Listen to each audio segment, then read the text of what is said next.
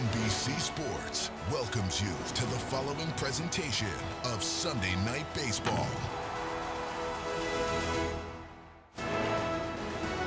Wrigley Field, the iconic ballpark at the corner of Clark and Addison with the ivy-covered walls, first planted in 1937.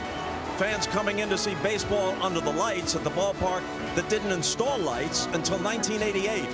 Tonight they come to see the Giants, whose bats have come alive a bit in the last week, against the Cubs, whose center fielder Pete Crow Armstrong hit 2 game-tying homers yesterday, the second with 2 out in the ninth as the Cubs won 3-2 in 10 innings. A bit of a drizzle falling at Wrigley Field. Fingers crossed that we can get this game in. Abbreviated pregame because of the golf overrun. Bob Costas along with Anthony Rizzo. And Anthony, it's been a decade, but I'm sure you can't walk into Wrigley Field, or for that matter, walk down any street in Chicago without people talking about breaking the 108-year wait and winning the World Series. Yeah, the fans here are so passionate, Bob. I love being back. I've been back here all week. First time I went to breakfast, the server bought me breakfast. That dinner's taken care of this week. It feels good to be back. Getting to come to games as a fan. A lot less stress coming here, but man, the passion these fans bring every day is something else. And so appropriate, the last out to end that long quest. Chris Bryant to you. Hot corner to first base, and for a long time, you two guys were the young faces of that club.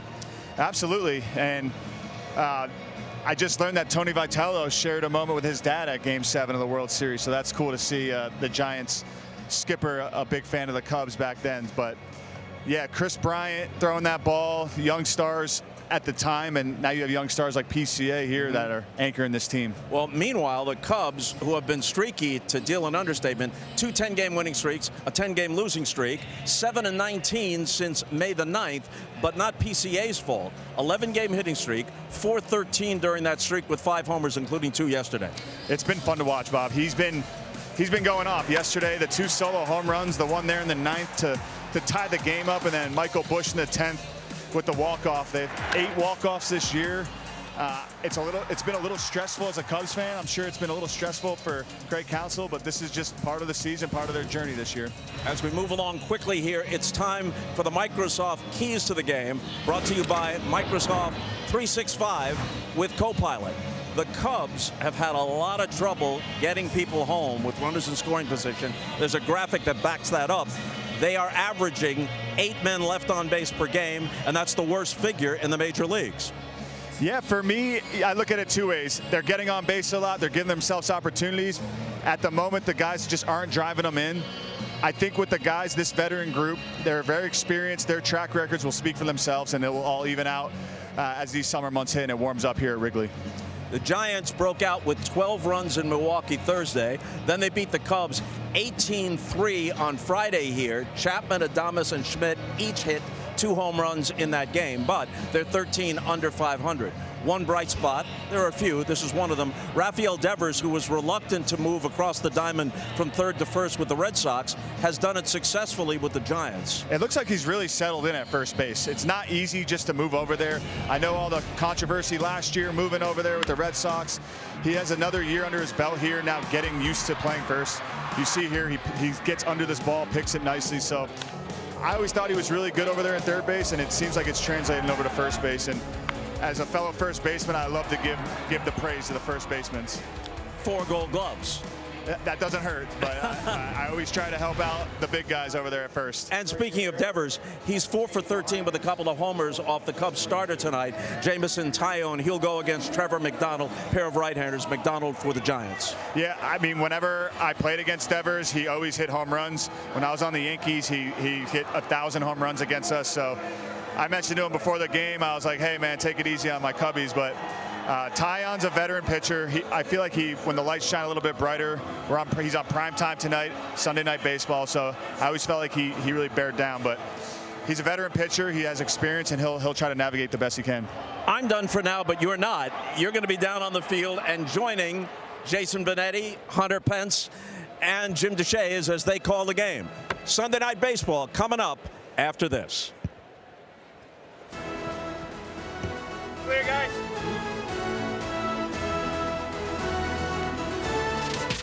Hey Hey baseball fans, I'm Trista Crick with today's Same Game Parlay, courtesy of FanDuel. The Giants have been struggling this season, so we lean Cubs throughout the parlay.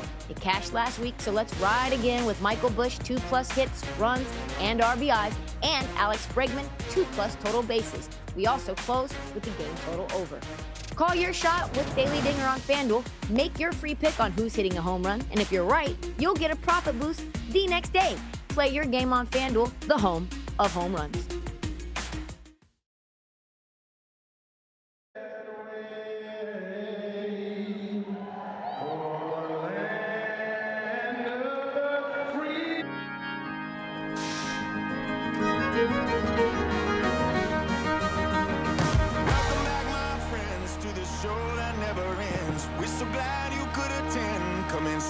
Come inside. Been waiting all day for the stars to come and play. Now we just gotta say it's been too long, been too long. Sunday night, the show's about to start. Grab your seat just like you're at the park. Rest assured the best are here tonight. Greatest show and a diamond under the light. You gotta see the show. It's a dynamo. You gotta see the show. Rock and roll. Sunday night baseball. Giants. Cubs just demolishes this ball. Take me out to the ball game. Take me out to the crowd. Been waiting all day for the stars to come and play. There's one thing left to say. It's Sunday night, Sunday night. Welcome to the show. Sunday night, let's go. Welcome to Sunday night. Come and see the. Come on. See the show.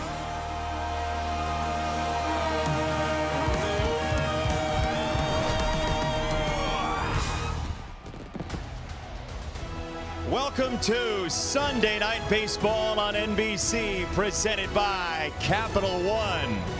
It has been hard to tell at points this season what kind of confines are at Sheffield and Waveland. On the north side of Chicago, the Cubs have lost 8 in a row at home, won 15 in a row at home at some point this year, but they are right in the middle of that race on those flags in the National League Central because of a whole bunch of entertainment in this ballpark, including yesterday. That's the celebration from Pete Crow Armstrong with his second home run of the game to send it into extra innings. And eventually Michael Busch got the Cubs a possible series win with a victory yesterday. Two cornerstone franchises, the Giants and Cubs, and we are so glad to join you once again. Jason Benetti, as always, joined by experts from both sides. Hunter Pence from the Giants side, Jim DeShays of the Cubs side. And we'll start with you, JD.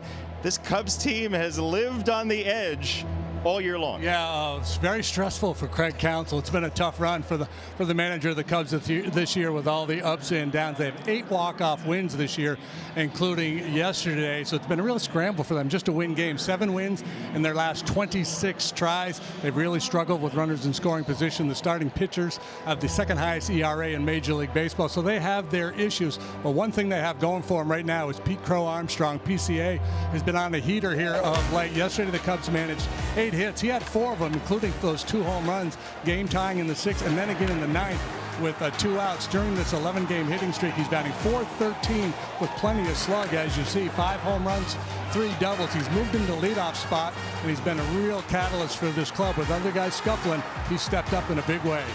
Meantime, for the Giants, Jim, this San Francisco team wasn't hitting a whole lot early in the year, but now as a group, Hunter, it feels like they're finding their stride. Yeah, the lineup is feeling really deep as of late. They've heated up. They had a terrible April, had a record-breaking May with doubles and extra base hits. And now, from top to bottom, I think Bryce Eldridge, we're watching this kid turn into a young phenom. He's 21 years old. He started this road trip below 200. Now he's close to 300. He gives you good at-bats. You look at Jung Hoo Lee, who's on a 14-game hit streak. He is on absolute fire. He's batting .500 during the major league leading hit streak. And then you have Chapman, who started hitting his homers. They come in bunches. He had one coming into this road trip. Once again, now he has 4. He hit 2 in the first game of this series. And then Casey Schmidt having a breakout year. Willie Adames heating up as well. A lot of the lineup is looking really good, and they're attacking Cubs pitching so far this series. Including 18 runs on Friday in the opener. As we give you the starting lineup for the San Francisco Giants, it's brought to you by Capital One. For a team that doesn't walk a whole lot, but they do hit home runs, Luis Arraez in that 3 spot is always a guy who can create batting average, a batting title winner in the past, all the way down to Gilbert at center field in the 9 position. The Cubs defense has been one of the best outfits in all of Major League Baseball at getting outs out of fly balls, out of ground balls. For Craig Counsell, who, again, Jim, we talked to him before the game. He can absolutely ride the wave with the best of them as a steady hand. Yeah, he's as steady as she goes. And where the Cubs have risen and fallen offensively, and they've had their issues with the pitching staff, they remain a very good defensive team. By most metrics, the best defensive team in all of baseball. You saw in that graphic a whole lot of gold taking the field for the Cubs these days. And meantime, on the other side, Tony Vitello and the Giants, this is his first year. We'll talk about his story, a Cub fan growing up. Talk about his story throughout the course of the game. And his team will face the Cubs starter, the veteran, the former Anthony Rizzo teammate, Jameson Taillon, on the hill for the Chicago Cubs. Anthony is downstairs at his former home, taking it in from field level. It feels right that he's here in that position, and he'll be going inside the pitch for us today. Anthony, what do you have on Jameson Taillon? I love him, man. I love playing with him. He's got 3 or 4 pitches. He knows how to mix it up. He's going to keep these guys off balance all night. For him, it's just keeping the ball in the ballpark this year. I feel like all the damage off him has been home runs. He's given up the most in the league, but I feel like when the lights shine brightest on Sunday Night Baseball primetime, I know it's only June, but I always felt like in bigger games he brought the best out of them. What is inside of him that brings the best out in those spots, Anthony? He's just such a great teammate, so it's so easy to root for him. Honestly, I don't know. And sometimes in the bigger games, guys just, I feel like always showed up. We always said that about Chris Bryant. When the lights turned on, he always hit the home run. So Aaron Judge is the same way. And I always felt like with J-Mo, whenever the bigger the game, the better he was. He's on the hill on a cloudy night in Chicago, and for most of batting practice and most of the pregame, the wind was blowing in, which is always big news here at Wrigley Field. Our chief meteorologist, Jim DeShays, has the weather forecast. Yeah, wind's blowing straight down right now, Jason. It's just a mild zephyr, as they like to say in the golf world. Here are the numbers. It's, you know, some hurt, but not a ton of hurt that we anticipated we would have at the start of the game. So ball in the air could be an issue tonight. Tremendous hook after golf was our leader, by the way, JD. You don't need to take an extra club, maybe half a club more. The Windy City has died down. And off we go. First pitch fouled away by Casey Schmidt, who, Hunter, you said is one of the breakout stars. He feels like an all-star for this San Francisco team this year with 15 home runs already. Yeah, already tied his career high. He's, you know, since he's gotten in the leadoff spot, this Giants lineup has really kind of heated up behind him, and he's a guy who gives you some thunder at the beginning. He's short to it. You can't get inside on him, and just having a phenomenal year to this point. Against the righties, expect to see a lot of sweepers from Jameson Taillon. We'll also throw cutter, curve. Lefties will get change-ups. That's an 0-2 sweeper that gets laced foul to the left side. 27-year-old Casey Schmidt, whose career high was 12 home runs on the way in, 15 of them this year. He's been more patient this season at the plate early in counts, and that is a sweeper he might want back. Yeah, you know, and I mean, 0-2, you're battling everything. Taillon kind of has the kitchen sink with the 6-pitch mix, but for Casey, he got a little closer to the plate. He had a tendency to chase a lot of off speed, and with that short swing and keeping the hands tight to the body, it's really paid off for him. On 0-2, he'll take. He's seen a lot of breaking stuff in this now 5-pitch at bat coming up to number 6, but 15 home runs, 5 stolen bases, and that's something the Giants have done just a little more of. They're last in the league, 17 steals, but a little bit more aggressive. Yeah, and it's an emphasis from this point on. We saw Jung-Hoo Lee get his first yesterday, so they're definitely trying to get some more stolen bases. They called up Jonah Cox, who has 27 on the season from Double-A, to kind of pinch run. Got one last night. Here's Rafael Devers standing on deck, the former Boston Red Sox third baseman. There's a swing and a miss, and that cutter misses bat. Strike 3. Yeah, good start for Taillon. Had to work for it. Lengthy at bat by Schmidt. Beats him with a cutter. It's in the zone. It's on the plate, a little bit above the knees, but it gets the job done for the big righty. In case you thought you wanted to be a major league hitter at this time in 2026, there's the look from the umpire cam from Corey Blazer, and it gets on you as quickly as it ever has in this league. Yeah, and that's not like a thunderous cutter. That's coming in around 88 miles an hour. But you can see the movement's a little bit different than it looks from behind the pitcher's mound point of view. There's Rafael Devers, and with the Giants and Cubs getting together, you have the curious meeting of Alex Bregman and Rafael Devers, and there's all the hullabaloo that came from the Devers trade here last year, in part because Bregman, who's now at third for the Cubs, was the third baseman for the Red Sox. Then Bregman opts out. He signs with the Cubs. And here we are together at last on Sunday Night Baseball. They were teammates, and now neither of them plays for Boston. Yeah, the Red Sox made the deal for Chad Durbin with the Brewers and gave up Kyle Harrison, who's been one of the best pitchers in the game.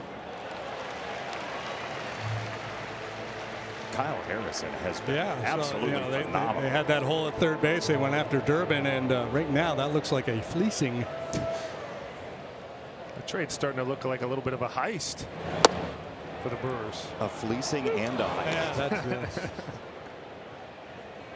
Our apologies to the Red Sox. Who we'll see on Sunday Night Baseball next week. Oh, you're going to hear about it, pal.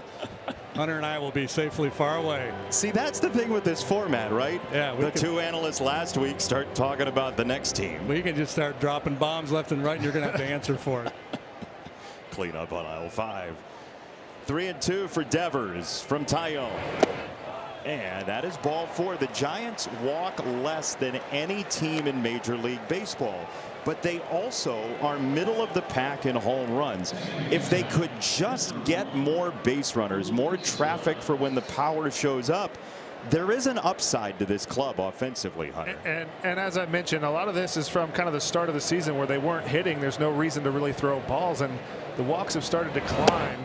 And the counts have gotten deeper since they've been on a bit of this offensive tear. You can kind of see the swagger of the offense. Arise is one of the guys that sets the tone for this team, sees a lot of pitches, doesn't strike out. And they've started to get their walks as they punish the ball. Luis Arise is a 3-time batting champion. If you're out in our viewing audience and you haven't seen him play before, he is a magic wand at the plate. Yeah, he's animated. He fights. He has a lot of personality. He screams at the ball while hitting. And that is sucked into right center field. A base hit. Devers to second.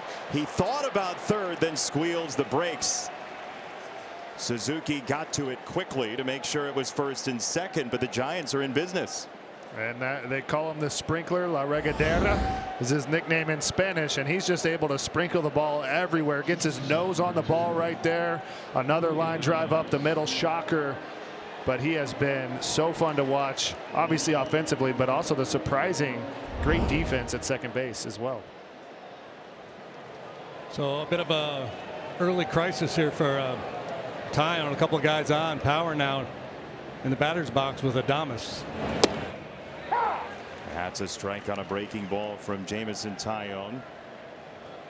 Guys, it's been pretty wild to see both of these teams' similarity. With the Cubs, all of their hitters were hot at once.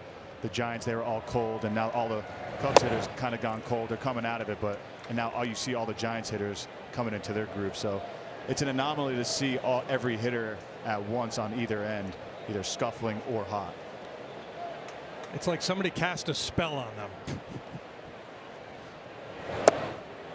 1-1 is in for a strike, 1-2. And, you know, you're playing all different teams, too, right? It's not like you play 7 against a division opponent in a small pocket, really, anymore. Well, I know the one thing that we've noticed with the Cubs that has been documented is they're seeing more spin than ever.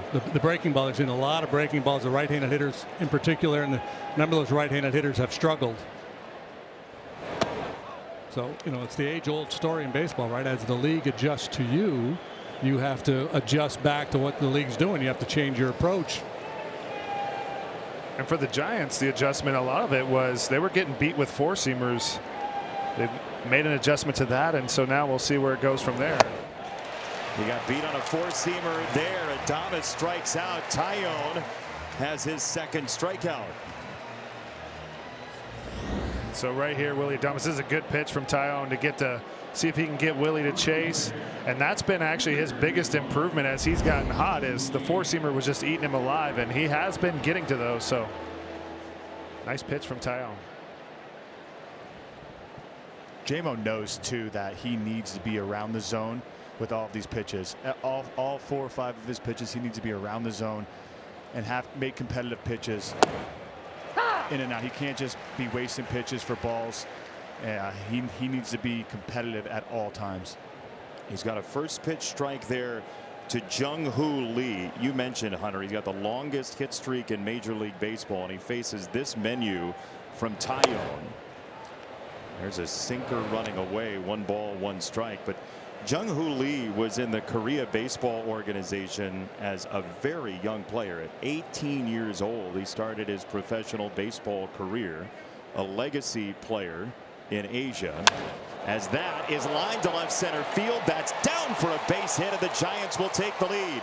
Crow Armstrong spins it in quickly, but Jung-Hoo Lee adds to his MLB longest hit streak, and it's 1-0 Giants. And it continues. Like I've been joking, hotter than the sun, and it's now a 15-game hit streak, and he's hitting over 500, and it hasn't been any cheapies. It's just been pure line drives, gap to gap. He'll go right field line, left field line, wherever you pitch him, and you can see he gets the foot down. It's a very aligned, connected, balanced swing, and Tyone probably a little frustrated with that, but that's kind of what the Giants offense has been doing, is piling up good hits, and now the pitch count getting kind of high this inning. Lee runs. He's to second. It's a stolen base. Arise had a notion. He took a step or 2, but didn't have a large enough lead. Instead, he's just going to hug Alex Bregman. Hi, how you doing? Good to see you. Between Willie Adames and Luis Arise, they have a lot of fun with the opposing teams. But Jung-Hoo Lee, this is just his second stolen base, 2 for 2 now on the season, both in this series. Yeah, well, you would expect him to steal bases because he's fast. That's son of the wind. His dad is son of the wind. He's grandson of the wind. Yeah, so he's grandson of the wind. Yeah, dad was a legend over in Korea. That's up and out. When the nickname gets passed down generation to generation, and nobody says, "Oh, he just got it because he's in the family." The apple did not fall far from the tree. Jung-Hoo Lee can move, and it was just a little bit of Tony Vitello getting to know him and understanding that he wants the absolute must-go sign, not the green light. They kept giving him the green light, but he wasn't going. So now, when they want him to go, they say, hey, all of it's on us. If you get thrown out, we want you to go when we give you the steal sign. They have to be feeling good offensively. He just swung 3-0, now on 3-1. It's a looper to left, and Ian Happ makes the catch to retire the side, but the Giants are on the board first at Wrigley.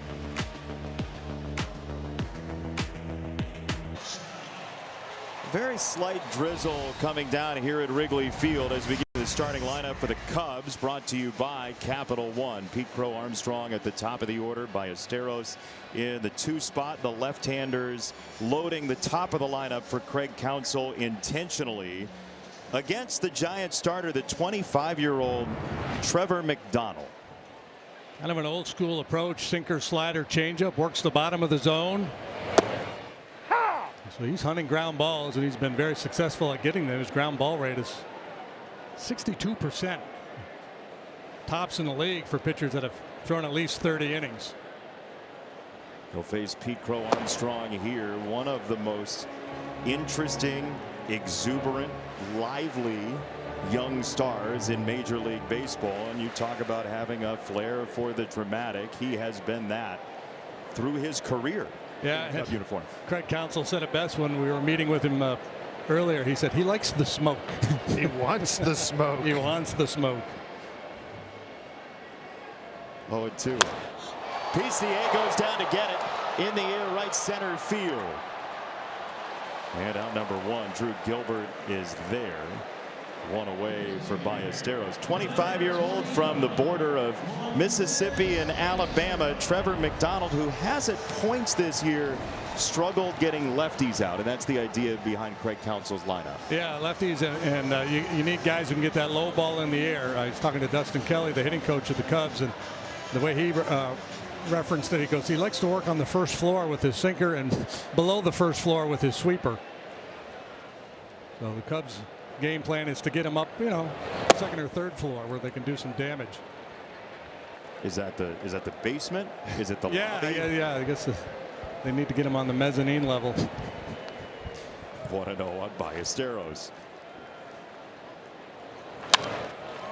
Third base side. Chapman, 5-time Gold Glover, aces the test. 2 down. That's a play that could easily be a battle, and it wasn't. And I mean, you get spoiled watching Matt Chapman day in and day out, and he makes the routine plays, but he also makes the spectacular plays. He's got excellent foot speed and incredibly strong arm, always under control.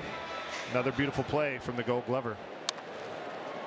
Yeah, it's a funky play, right? When a lefty hits the ball on the ground in that direction, you just don't see it all that often. Here's Michael Busch, who had the game winner yesterday for the Cubs to split the first 2 in this series. I think it'd be fun to ask Rizzo kind of his approach against the sinker slider combo you see from Trevor McDonald. These are both moving 5+ inches over the major league average, and the sinker coming in at 95. Rizzo, what's kind of your take to get this up in the air? For me, the first time around, I want to see that sinker. I just want to see a strike, see what it's doing, see how much it's moving, and then I can kind of go off that and gauge off of that. It seems like with this guy, with this sink today, it looks like it's really sinking even more. I'm just trying to take my hits to left field as a lefty and not try to slug it all. That's an exploding, climbing slider and an 8-pitch inning for McDonald. FanDuel is the home of home runs this season. Here's a live look at FanDuel's home run odds for tonight's game. Matt Chapman will lead off here in the 2nd inning, and he will take a called strike. That looked like it might be challengeable. But I would argue a good non-challenge, right? Just borderline pitch this stage of the game, nobody on base, not a decision pitch, whether it's going to be a strikeout or a walk. And that, in those situations, low leverage situations, you've got to be sure, right, before you use that challenge. Chapman's not too quick with the challenge hook. He doesn't do it very often. 0-2 for him. Fades outside, 1-2. Matt Chapman, 5 hits the last 3 games, a double, 2 home runs the other day in that 18-run fireworks show on Friday here at Wrigley. If you watch a lot of baseball these days, you'll notice that a lot of catchers don't move much. Yeah. But watching Carson Kelly tonight behind the plate with Jameson Taillon, he's very active back there. And I think primarily because Taillon has very good command. He's not an overpowering guy. He relies on hitting spots.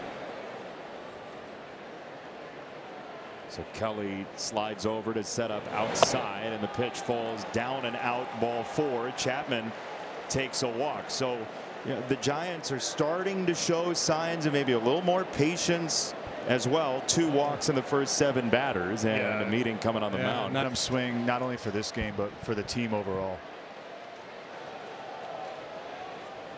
See those numbers that Cub fans are hoping would even out. I mean, part of it is they've had so much traffic on the bases with a top 3 walk rate in baseball that they haven't paid it off. No, and I think over time, if you continue to get that many base runners sooner or later, you are going to pay it off. That's the hope anyway. Well, we did talk about the wind right as the game was starting. It was blowing in when we got here. It was dead, no wind, and now the wind's kind of picking up, blowing in kind of hard. So could be a factor. You know, you're hitting these ground balls, get yourself a chance. Runs are going to be a premium if it continues to blow. There you see the cut down on length of fly ball to each part of the ballpark there. So 2-2, Anthony. You've seen McDonald's arsenal now once. Where's your mind if you're Ballesteros inside the pitch? You have his fastball timed up. He put a good swing on it his first at bat, just grounded out to Chapman. So I feel like you just stay on the fastball here, and if he does throw that sweeper or slider, you just react to it. But you got to see him up. 2-2 coming. That is clipped foul. He went to the changeup. For me, that's a good sign as a hitter when I'm sitting fastball there. I think that's a fastball, and I could at least foul off the changeup. Now I know I have that pitch covered. He doesn't throw it a lot, so I kind of put that one in my back pocket, and now I'm just sitting on that sinker, slider, sweeper he throws. Yeah, he's likely not going to go to it twice in a row with how much he throws it. Yeah, I doubt it here. I would probably see something hard. I would expect something hard here. He went slider. And this is a good at bat right here, grinding him. He's throwing the whole arsenal. And he's been able to foul off the changeup and the sweeper. Now you just kind of stay in that rhythm. He's probably going to see, as Rizzo mentioned, and something hard right here, probably the inside as well.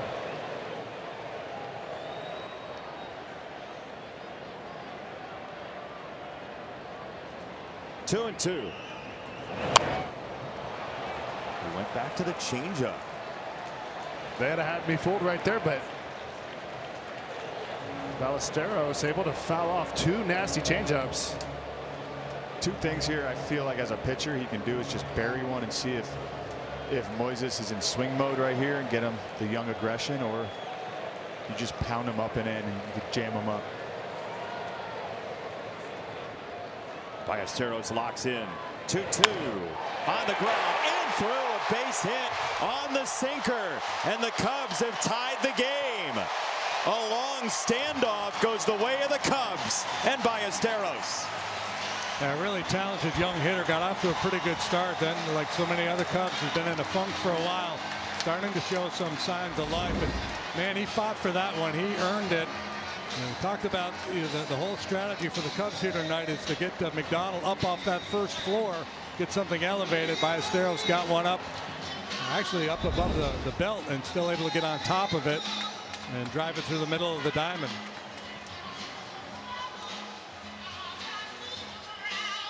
And as Rizzo mentioned, and Justin Message is going to come out and talk to Trevor McDonald here. I really felt like inside was where you wanted to go. If he's fouling off changeup, fouling off sweeper, he's covering away the inside corner, and the wind's blowing in. I feel like if that pitch is in versus away, you get in on the hands, and it's a lot tougher pitch to cover.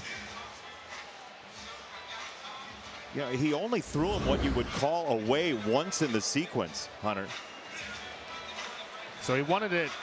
Susac sets up in, but it ends up down the middle, or sets up away. So they wanted it away versus setting up inside. Now Bush, who hasn't seen a whole lot of fastballs in this series, and that's a changeup that is filthy. It's the thing when we talk about the pitcher hitter dance, and pitch selection, obviously important, but more importantly is pitch execution, right? Yeah. So if he makes his pitch with that sinker down and away, maybe he gets a little rollover ground ball, soft contact. Easier said than done. Yes. Good. You got to credit the hitter right there, fouling off some tough pitches and earning that pitch over the middle. Hear from hitters all the time, right? Just hope to get a mistake, stay alive, stay in the at bat as long as possible. I know that's what I did as a lifetime 079 hitter. That was my strategy. No extra base hits. Yeah. That's how you plucked all 33 of those singles. That's right, brother. 1-1 for Bush. There's that lively sinker again, 1-2. Well, the Cubs were listening to the Shays plucking 3 singles in a row here. That's right. So was Michael sitting soft there, do you think? Is that why he wasn't able to pull the trigger on that sinker? I think it's just so hard when he's probably looking out over. You saw him swing at the first pitch changeup out over. And when these two-seam guys throw a ball at your hip, it comes back, it leaks middle in. It looks like a good pitch on TV to hit, but as the hitter, it looks like it kind of moves your feet at first. So what do you see as a lefty in the box on that sinker? You see a ball out of the hand. You see like he's going to pull it. It's almost like a pulled fastball. As soon as you see one, though, I felt like, for me at least, I registered that very quickly, and I was able to start gauging it, so I can adjust my plan on the go. You kind of have the tunnel and know where it starts and where it's going to finish, and so you know where you want it to start and where you can launch from. Swing and a miss, strike 3. That was a dancing changeup, but the Cubs have tied the game in the 3rd. To the 4th we go.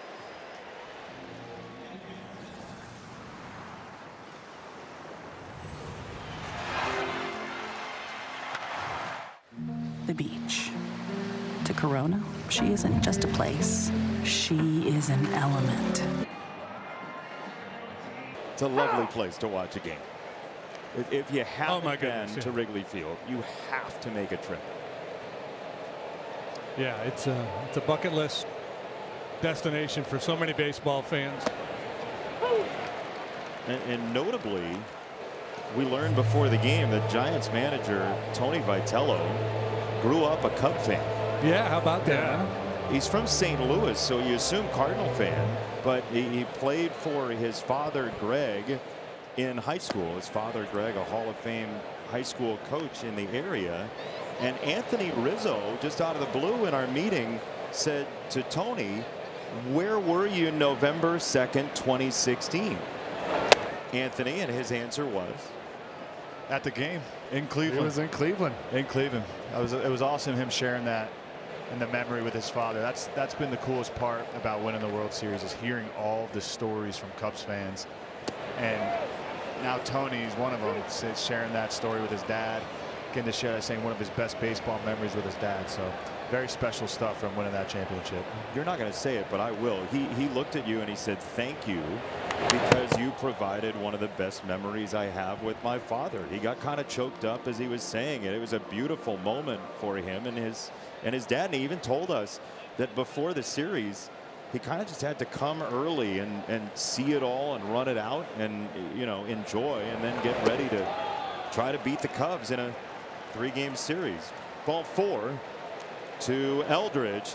You know, it was a splashy conversation of Tony Vitello, the former college coach, becoming the manager of the San Francisco Giants. He was a great player at Missouri. He was an assistant in college baseball, built Tennessee to a championship in Omaha in 2024. And he's the first college coach to be hired as an MLB manager without prior coaching experience. Tapper to Bregman at third, and he cannot barehand it. So Chapman tests his counterpart, and the Giants have 2 on with nobody out for Tony Vitello. You know, and this is kind of set up, this inning so far, by the Bryce Eldridge patience. And right there, just the swing and ground attack, the swing and bunt. And I think even if Bregman barehands this, Chapman's probably beating that out. This is a wet kind of field right now. Looks like a hit to me, Jeff. I think so, yeah. You know, Chapman a big guy, but he moves well. Well, we're going to test this Javier Assad ability to work out a jams theory again. And Daniel Susac, you haven't seen him much. He's a Rule 5 pick for the Giants. He's been sensational. He has a nice. Oh, he might be bunting here. I was going to say, I imagine we're going to see bunt here. They bunted earlier in the game with no outs, first and second. If I'm Bushy and Bregman, I'm crashing hard here until he tells me otherwise. And he showed the bunt, so Cubs are going to put on a little play here. We'll see how risky they get, if they go for a wheel play or. I'm pretty sure they won't put a wheel play on, because I haven't seen them do it all year. So I think they're going to. They worked on it in spring training, though. I guarantee you, they spent at least 30 minutes working on it. The Dodgers and the Phillies, the playoff series decided on. They do. They turn on the wheel play. There you go. How about that? Great timing. I just saw them make the move, and Sometimes you get shocked out here. So literally, did we just reinvent the wheel? Reinvented the wheel. The Cubs did. 30 minutes of practice in spring training. They still understand it. It's interesting that they're sacrificing here with the 9-hole hitter on deck, right? I was give up just- an out at this point. You know, it was, when they bunted before, it was with Gilbert, the 9-hole hitter, turning the lineup over to Schmidt. And Susac, he's a guy that's had good at bats with runners in scoring position. He's a guy that kind of inside outs the ball. To Jim's point, though, you're bunting to get to somebody. So you're now bunting to get to the guy who gave himself up last time.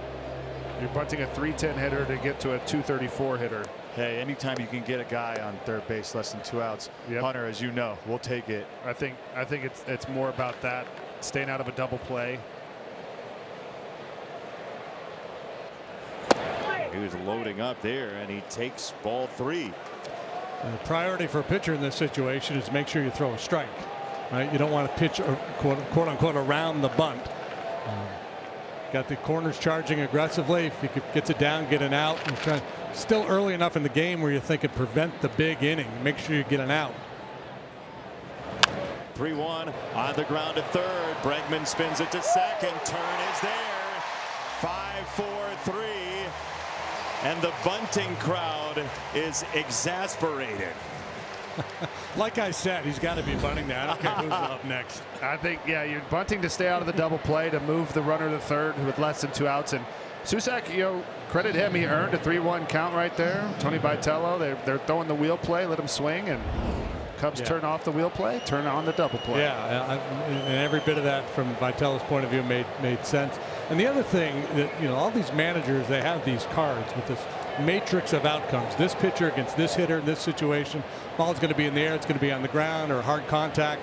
And, you know, maybe he just, you know, was worried about the ground ball. That's why he was trying to bunt early, and then got in a position where it made sense to turn him loose. Hitters count. Yeah. It just backfired on him. Good point.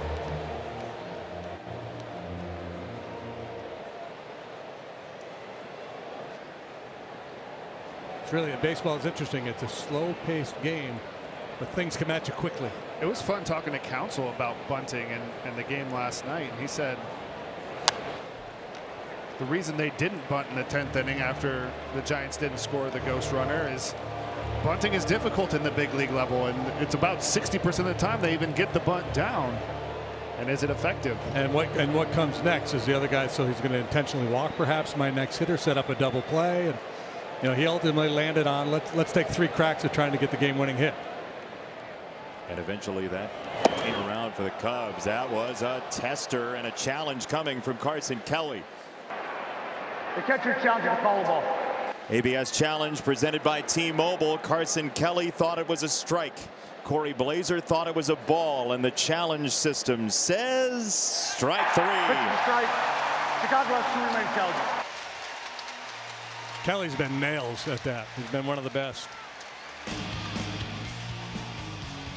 He gets the Cubs and Assad off the field.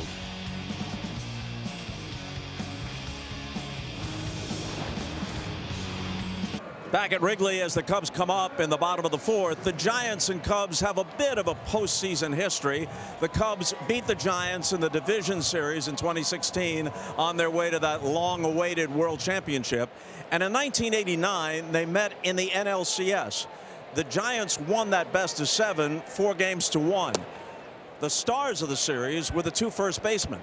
Will Clark went 4 for 4 in Game 1 here at Wrigley Field, with 2 homers and 6 RBIs plus a walk, and both homers were hit off Greg Maddux. As you see, for the series, he had 13 hits, 2 of them homers, a triple, throw in 3 doubles and a bunch of walks. And Mark Grace certainly wasn't his fault that the Cubs lost in 5 games. He went 11 for 17. That's 650 and 647. The Giants went on to the World Series. As some may recall, that was the earthquake-interrupted World Series. They had to stand down for 10 days after the A's had gone in front in the series, and then the A's finished it off in a sweep against the Giants in 1989, Jason. Bob, there's strike 3 from McDonald. But look, Will Clark understands how Mark Grace felt in that series. Will Clark was the runner-up for MVP in 1989 to his own teammate, Kevin Mitchell. Yeah. True. And our own Anthony Rizzo, who takes pride in the exploits of any first baseman, may know this. Mark Grace played the bulk of his excellent career with the Cubs before finishing up with the Diamondbacks. A strike to Happ. Look at that and comparison. There's the comparison. Anthony Rizzo, bulk of his career with the Cubs before finishing up with the Yankees. Anthony has the power edge, many more homers. Grace hit for a higher average, but in many other statistical categories, it's almost dead even. Yeah, Gracie was more, gap-to-gap hitter, a lot of doubles. He had more hits than anybody in the decade of the 90s, Mark Grace. That is remarkable. Anthony, did you know, as that's down the right field line, that's a fair baseball. Ian Happ plunges one into the deep recesses of the ivy, and he's thinking three. He's hoofing it there, and safe.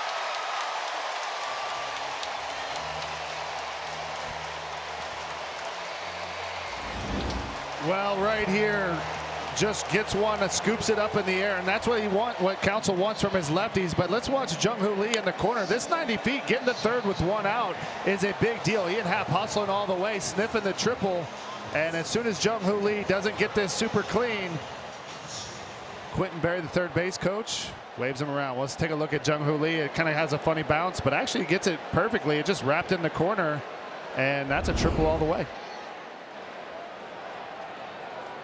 That is the third hit for a lefty the second time through. So Craig Counsell is getting the jackpot of the lineup construction at second look. Anthony, you mentioned that coming into the second carousel through. Yeah, and this is a big at bat for Seiya too. You see the Cubs hitters swing the bat better their second time around, and this is a big at bat for Seiya to just put something in the air, hopefully, or drive something hard. Line drive here, but to get him going with runners in scoring position, he's one of the guys that has been scuffling with runners in scoring position. So for him to come through could be another positive sign for the Cubs. A bunch of angles to play with. The infield is in for the Giants. There's a huge hole on the right side. He goes left to the pole side and right at Adames for out number 2. That ball was hammered by Suzuki. Yeah, this is just a bit of, you bring the infield in, you think you got a better chance to get ahead. He hits a nice line drive, but Willy Adames right there to stab that liner. Exit velocity 90 miles an hour, not absolutely crushed, but that's decently hard contact.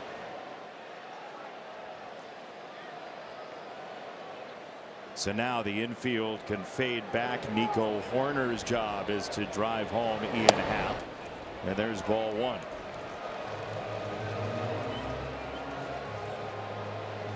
I know we were talking about Gracie earlier. One of my objectives when I was young here in Chicago was to get all the elderly ladies to love me, because they all love Mark Grace. All the older women, oh, Gracie, I used to love watching Mark Grace. So wait. Mission accomplished, Riz. You did it. Yeah. And 3 OPS points to boot. Next time you see Grace, you got to let him know. Nice All-Stars, nice World Series, nice Gold Gloves, but 3 more OPS, buddy. I'll take it. I will take it. That's wild how similar your numbers were, by the way. Great pull by Bob, as that's outside 3-0. How about Shohei Ohtani's got that whole list of objectives, right? Like Cy Young at this age, MVP at this age. Rizzo's objectives are make the elderly ladies like me. Be as popular as Gracie, yeah. They all with the elderly ladies. At all the Cubs conventions, you hear all the stories about the legends that have played here before you, and Mark Grace at first base is at the top of the list of one of the legends that played here at first base. Him, Derek Lee, the list goes on and on. But that's the beauty of playing here and getting ingrained with this culture and the Cubs fandom, is they let you know the history in the best way. Plus or minus 4 hugs from elderly ladies at a game in Chicago, Anthony. Well, I'll tell you what, when we won the World Series, ball 4, the first thing one of the elderly ladies said to me, I hate saying that word elderly, was, hey. Yeah, you're talking about my peer group, pal. It was always Jim's friends. It was always one before we die, but then she said to me, we're going to do it again next year, right? And I was pretty pissed off when I heard that for the first time, because it was always one before we died. Yeah. And we were still kind of on our high horse. This is even before the season started. So they want to win the World Series every year, of Anthony. course. What did you say to her? I said respectfully, ma'am, we did one before you died. You're welcome. My work is complete. Yes. How charming. Hey, summer's #1 show is back for the ultimate competition. Don't miss an all-new America's Got Talent Tuesday on NBC and Peacock. So after the meeting at the mound with McDonald, Ramirez is the batter. Down below with runners at first and third, 2 out. A bird's eye view at a rally for the Cubs. First pitch is downstairs, ball 1 to Ramirez, who stung a ball to right his first time. Yeah, you talked about him having a little pop in his bat. 9 home runs down in Iowa when he was called up.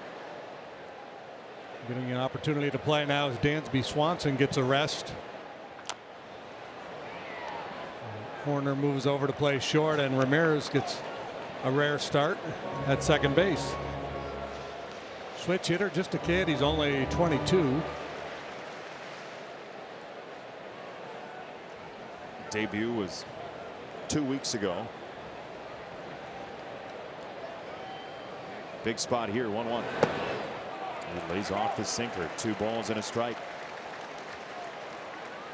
Craig Counsell identified him, speaking of Ramirez, in spring training as a guy, you know, he said he's going to help us this year. He's kind of for a really young guy. He's got good instincts, knows how to play the game. I've been impressed. He has some quick hands. He's definitely given some good at bats in this series. Check swing, no go. Quick enough hands to hold him back. 3-1. Take a look at the side view right here, and that definitely looks like a good clean hold. Good call. Anthony, where's your mind? 3-1 here. Well, he just shook twice there to go to that pitch, so I think he's got to go fastball here to get back in the count. He goes to the changeup. It's a dicey pitch for me there, especially with Carson Kelly coming up, who's been swinging the bat well all year. But it's funny, right, that leverage in the count is so important now. There's almost like no fastball count anymore, like where you, as a hitter, you can just sit dead red. And even 3-0 sometimes you see breaking balls and change-ups. Yeah, the league has definitely changed. They don't want to just, very few pitchers are comfortable throwing fastballs and fastball counts these days. JD, on top of that too, leverage with a sinker baller, I feel like he's even more important, because when you have leverage versus sinker ball or a guy with this much sink, you can adjust your sights and get him even higher. So all of his pitches have to start higher, and when you see it up in that zone, it's better, in my opinion, for the hitter. Anthony Kelly has seen 4 sinkers. That's the first breaking ball he's seen in 2 at bats, and he swung like he hadn't seen it. And you know, he's got the 2 strikes now. Now Carson Kelly go to work, but I really like Carson Kelly's bat path versus a sinker. You really want to see a guy with a steep, almost golf-like swing. Carson Kelly really has that. He already has a hit in this game. For McDonald, you probably want to throw some more sweepers for a ball, see if you can get one more chase. On 0-2 with the bases loaded. He did, and it was way outside, not close enough. How about Sousa? Yeah, this is some saves are more than others, and he saved a game in Milwaukee on a similar type breaking ball about 3 feet in front of home plate right here. He should be getting extra points for that one. That was a ridiculous save. With a ball that far outside, I'd imagine you've got to just barrel one in on the hands right here. 1-2. Swing and a miss. Another slider.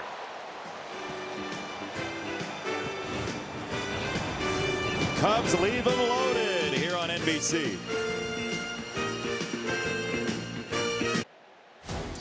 Sunday Night Baseball on NBC is brought to you by T-Mobile. America's best network connects you to America's pastime. In one of America's gems here at Wrigley Field. First pitch to first base. Out number 1 in the 5th inning. Bush handles it himself, and Javier Assad has come in and been a savior for the Cubs. Jamison Tyone left the game with a left hamstring strain 7 batters in. Here is the final pitch that Tyone threw, and then we saw him walking off the field and down It's through the tunnel to the clubhouse. But Assad came in. He closed out the second, got a 1-2-3 third, and then the double play helped him through the fourth.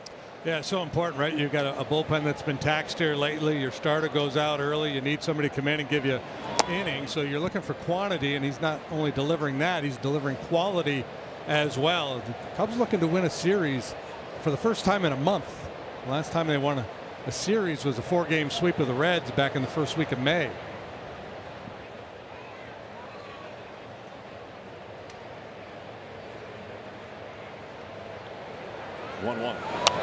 Fouled away. I mean, we talked off the top about how wild the season has been, specifically even here at home for the Cubs. You win 15 in a row at Wrigley Field through May. And then there was an 8-game losing streak through the last homestand, beginning of this homestand that the Cubs finished off. You're 7 back in the division because the Brewers have played very strong baseball, but the wild card in the National League has the Cubs right now in the final wild card spot.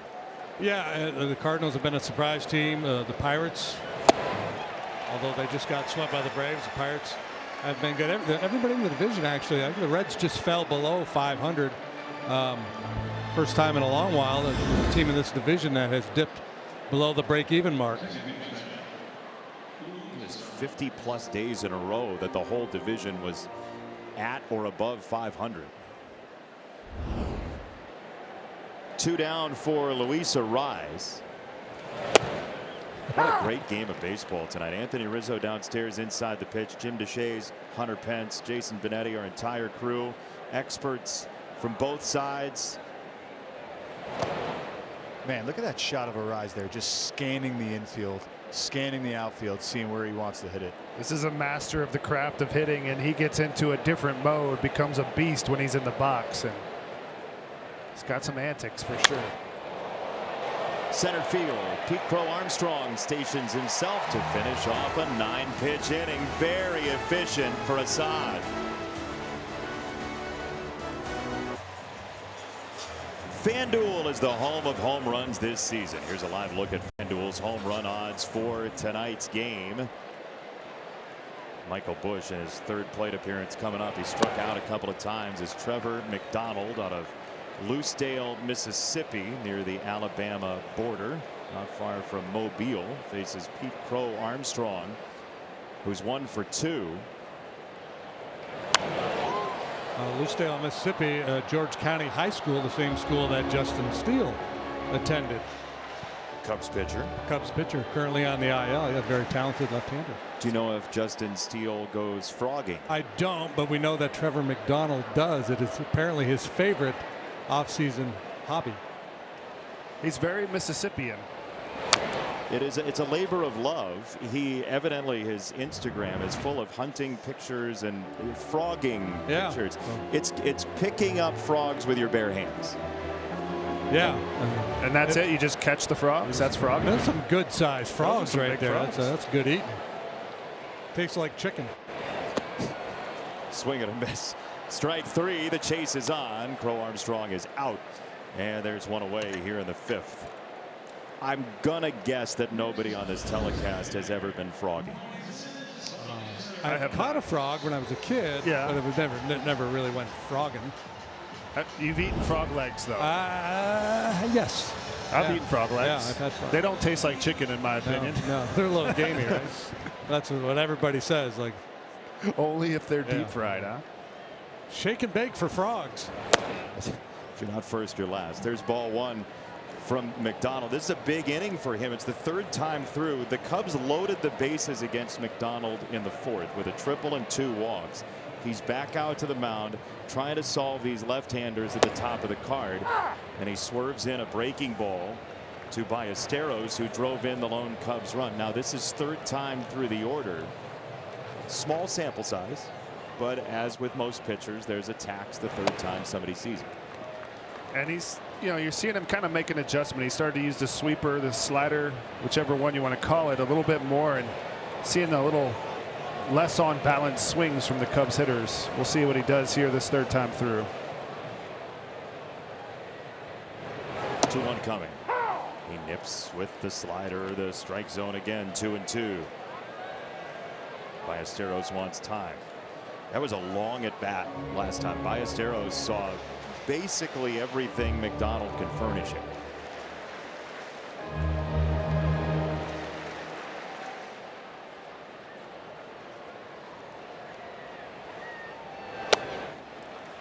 That was an 8-pitch sequence last time. This will be a 6th pitch to Ballesteros. So 16 pitches he'll have seen from the same pitcher, McDonald. Well, that last one way out of the zone. Because, you know, the guy's a sinker baller, likes to work the bottom of the zone. When you ask him to elevate the fastball, kind of taking him out of his comfort zone a little bit. Tougher for him to command that elevated fastball than, you know, a guy with a different approach, you know, 4-seam guy that goes north and south with high fastballs and off speed down. They go 3-2 here, and that is down. Ball 4, third walk for the Cubs in the last 5 batters. 1 on, 1 out, and Play Ball is baseball's global youth initiative to highlight the fun and accessible ways to play our great game. To learn more, including how to find a league near you, scan the QR code right there, or go to playball.org and follow @playball on X, Facebook, and Instagram. That's a pretty good take right there by Ballesteros. That's a chase pitch a lot of guys are going to bite on. It's a great adjustment by Bushy too, because last at bat he came out aggressive, threw him a first pitch changeup. So to make the adjustment, I like where the head's at on the Giant side, throwing him the off speed. But what a great adjustment by Bushy coming out and being patient here that first pitch. He struck out on 3 pitches in the first, and here he attacks a sinker, 1-1. So, Anthony, you've seen McDonald now twice if you're Bush. Okay, what do you think he's zoning up here? I think he's looking for something up, just like he swung at right there. That sinker. He has all the lanes that he needs to be looking at. And for me, as a left-handed hitter, the wind's blowing in a little bit. I'm just trying to take my single left here. I wish it was as easy as that, but I'm really not trying to do as much damage off of him. I'm really just trying to take what he gives me.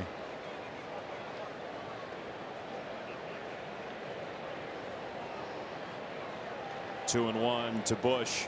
Ballesteros at first. Way outside. JD, you said it. The misses that are ball out of hand have increased dramatically late in this outing. Yeah, I think, you know, we talk about third time through, so you've thrown a bunch of pitches to each of these hitters. You know, they've been able to track a number of pitches. Sometimes you think, I got to be better. I got to make an even better pitch. Then you kind of get out of your mechanics a little bit. He was trying to take that hit to left. Instead, he hits into a double play, and Chapman easily takes care of Ballesteros. Line drive turns into 2. We're still tied at Wrigley's.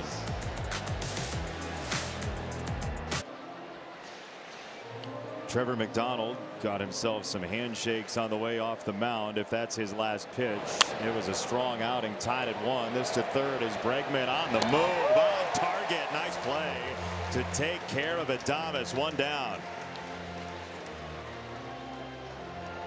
Saad continues to be very efficient. First pitch of the inning. Bregman makes a real nice man. That's a tough angle to make that throw from. Third basemen are putting on a clinic today. It really is quite the show at third. Assad loves it, gives him the point. Off the bat to the naked eye, I thought that was going to squeak through, but Bregman ranged it.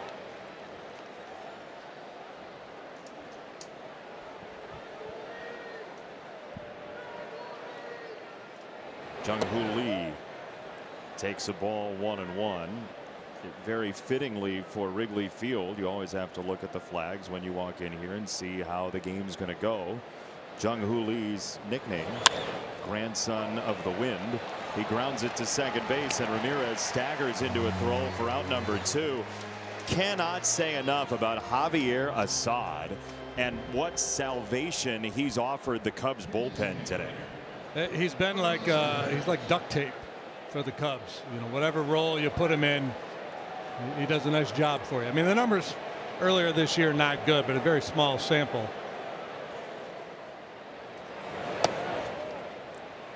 Eldridge takes ball 1. And with his hamstring injury to Jameson Taillon, we don't know how long he's going to be laid up with that, but can anticipate some starts coming Assad's way going forward. I definitely feel like this is a kind of outing and answering the call where he's earned himself a shot to fill that role. That's what they're saying. Give me the ball, Skip. I'm your guy. And it's been quiet innings for Assad and some slow heartbeats for Craig Counsell.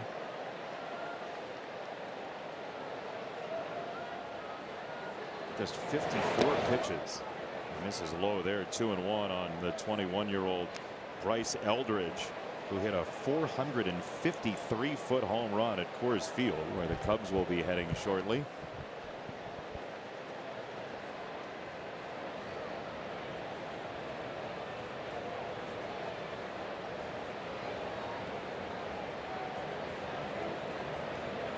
Two-one from Assad. It's 2-2. Corey. He just rang him up. Nobody saw that, Corey. Yep. What happened? Eldridge just looking at him. He's like, what? Ha! Fly ball left field. Ian Happ is there. Baseball karma wins for Corey Blazer. Well, it was a really good strike, too. I think that's what he was emphasizing. Kickoff summer in the Hamptons with the 126th U.S. Open on NBC and Peacock. Golf's elite will seek a major championship at Shinnecock Hills Golf Club. Live June 18th to the 21st on NBC, Peacock, and NBCSN. 1-1 tie. Great ball game tonight here on Sunday Night Baseball, presented by Capital One. And JT Brubaker is on the hill to face Alex Bregman out of the Giants bullpen. Stylistically similar to McDonald. Sinker slider. The wind will grab hold of this in left center field and one away. Slider, you said? Well, you know, I was marking, looking down, and I heard the crowd. I thought maybe he got into one, and I didn't want to step on your home run call. Thanks, partner. Tell you what, there's days where that's hitting the scoreboard here. Anthony, I don't know that there's a better rivalry than you versus the wind at Wrigley Field. No doubt. I mean, every day when I would wake up, when I played here, I'd look right out my window to Lake Michigan to see if it was flat or if it was rough. And your day was basically made or heart was broken in the first 5 seconds of waking up. Well, that one 96.1 off the bat of Bregman. We saw a couple homers on Friday when the wind was blowing out. Not quite hit as hard. You see the numbers with the wind blowing out or a crosswind at 15 and 4. JD, you've been here for most of those. There's something to that with this team construction. I think in the last couple of years it's played much more pitcher friendly than the reputation. You know, I think this ballpark earns its reputation because on those days where the wind's really blowing out and it's hot and the final score is 15-11, so people come to Wrigley Field thinking that's what it's going to look like. But last couple of years, more times than not, the wind is blowing in or blowing across. Hasn't been a helping wind all that often. Probably more so this year than last. When the wind's blowing out as a hitter, you absolutely have to hit the ball in the air, right? And then those are the days you get jammed 3 times in the numbers. In the air for left field. Schmidt is back there to make the catch. 2 down. Here comes Suzuki after this. Let's take a look at Capital One checking accounts. We're talking no fees, no minimums, just one question. What's in your wallet? Now, the thing I've always loved, and one of the reasons I love playing at Oracle Park as well, kind of a pitcher-friendly ballpark, is these are the games that come down to fundamentals. Who does the little things right? The Giants didn't get a bunt down. They roll into a double play. First and second, nobody out. Does that come back to haunt you? This is where, if you love baseball, these are the best games. I made the comparison between Brubaker and McDonald, the starter, because of the sinker slider mix. Obviously, it's a different arm slot. He's a little higher than McDonald. who threw well enough in a 1-1 tie in the home sixth as Suzuki fires it foul. If I was a teammate at Brubaker, I would call him the Warden. Why is that? Google it. There's a movie back in the day called Brubaker where I think kind of looks like a warden too. Warden, you know? Yeah. He's got some warden. He was a warden. Saying he has warden characteristics. It's just the name. Does he look like Robert Redford? Brubaker. You could definitely throw an old war costume on Brubaker. And yeah, you could do a Civil War reenactment. Straightaway center field, falling quickly, base hit. Suzuki's on with 2 down.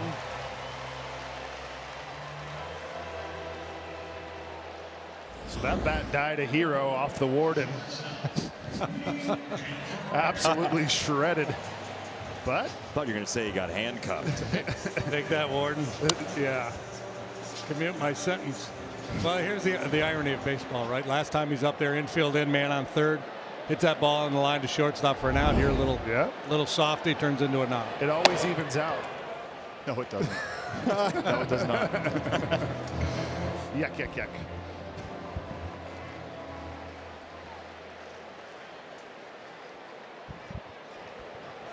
One 1-0 on Horner. Just got a piece to foul it away. So, Anthony, you know Nico Horner very well. Against this sinker-slider combination, what's his best plan of attack? Just staying true to himself.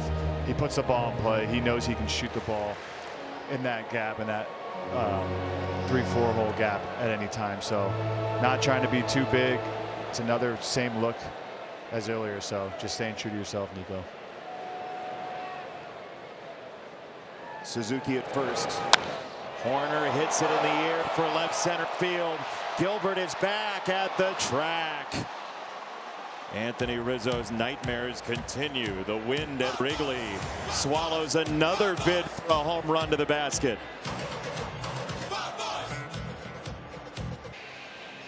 Next weekend, Sunday leadoff is on Peacock at NBCSN as the Marlins take on the Pirates, and scheduled starter Paul Skeens at 12 Eastern. And then Sunday night baseball, we head off to Fenway Park. Venerable Fenway Park for the Rangers and the Red Sox, 7 p.m. Eastern on NBC and Peacock. And for the first time in 3 weeks, Jim DeShays won't be with us. Oh, yeah. Our returning champion has been dethroned. Well, it's been nice playing along, and look forward to taking home the home version of Sunday Night Baseball. One down from Assad to Susac. Boy, another one pitch out, huh? Yeah, 3 innings in a row. Assad, 1 pitch, 1 out. Craig Counsell is not an overly emotional guy. He might give Assad a bear hug when he comes out of this game. I mean, this is so clutch for the Cubs. Save the bullpen, who's been taxed. He deserves it. On the ground toward third. That's foul. It's a foul baseball. It's 2 strikes on Susac. Javier Assad, when the bullpen doors swung open, it took maybe a minute and a half, 2 minutes for him to walk out of the bullpen doors. So it was an inauspicious start. He's made up for lost time. He's decided to be really efficient because of that. Hobie Milner is up in the Cubs bullpen, as that is just touched foul by Susac. I was speculating that all the guys out there in the bullpen were playing rock, scissors, paper to see who was going to have to come into the game. You go rock, scissors, paper? Rock, paper, scissors. Paper, I always rock, mess scissors? that. Do you? Yeah. Which one is it? What is it? I always mix They always that tell up. me I say it wrong. Yeah, Rochambeau. 0-2 is down and out. A ball and 2 strikes on Susac. The last Giants base runner, by the way, because Assad has been such a rock on the mound, was in the 4th. The single by Chapman in the 4th. Kelly tried That was to a frame little, it. that was a little slow roller, the mishandle. Yeah. Yep.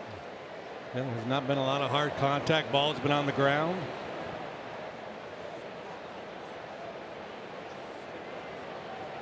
2-2 for Susac. Is he going to throw a sweeper here? Did you see Kelly? Why'd you say that? Before the pitch? Yeah. Kelly, I think with the pitch clock, I didn't have my eyes on the clock, but I'm assuming he was sticking them down, and they're having a hard time getting together. Kelly just took his arm and swiped it like slider. Give me the sweeper. Yeah. Universal sign. 3-2.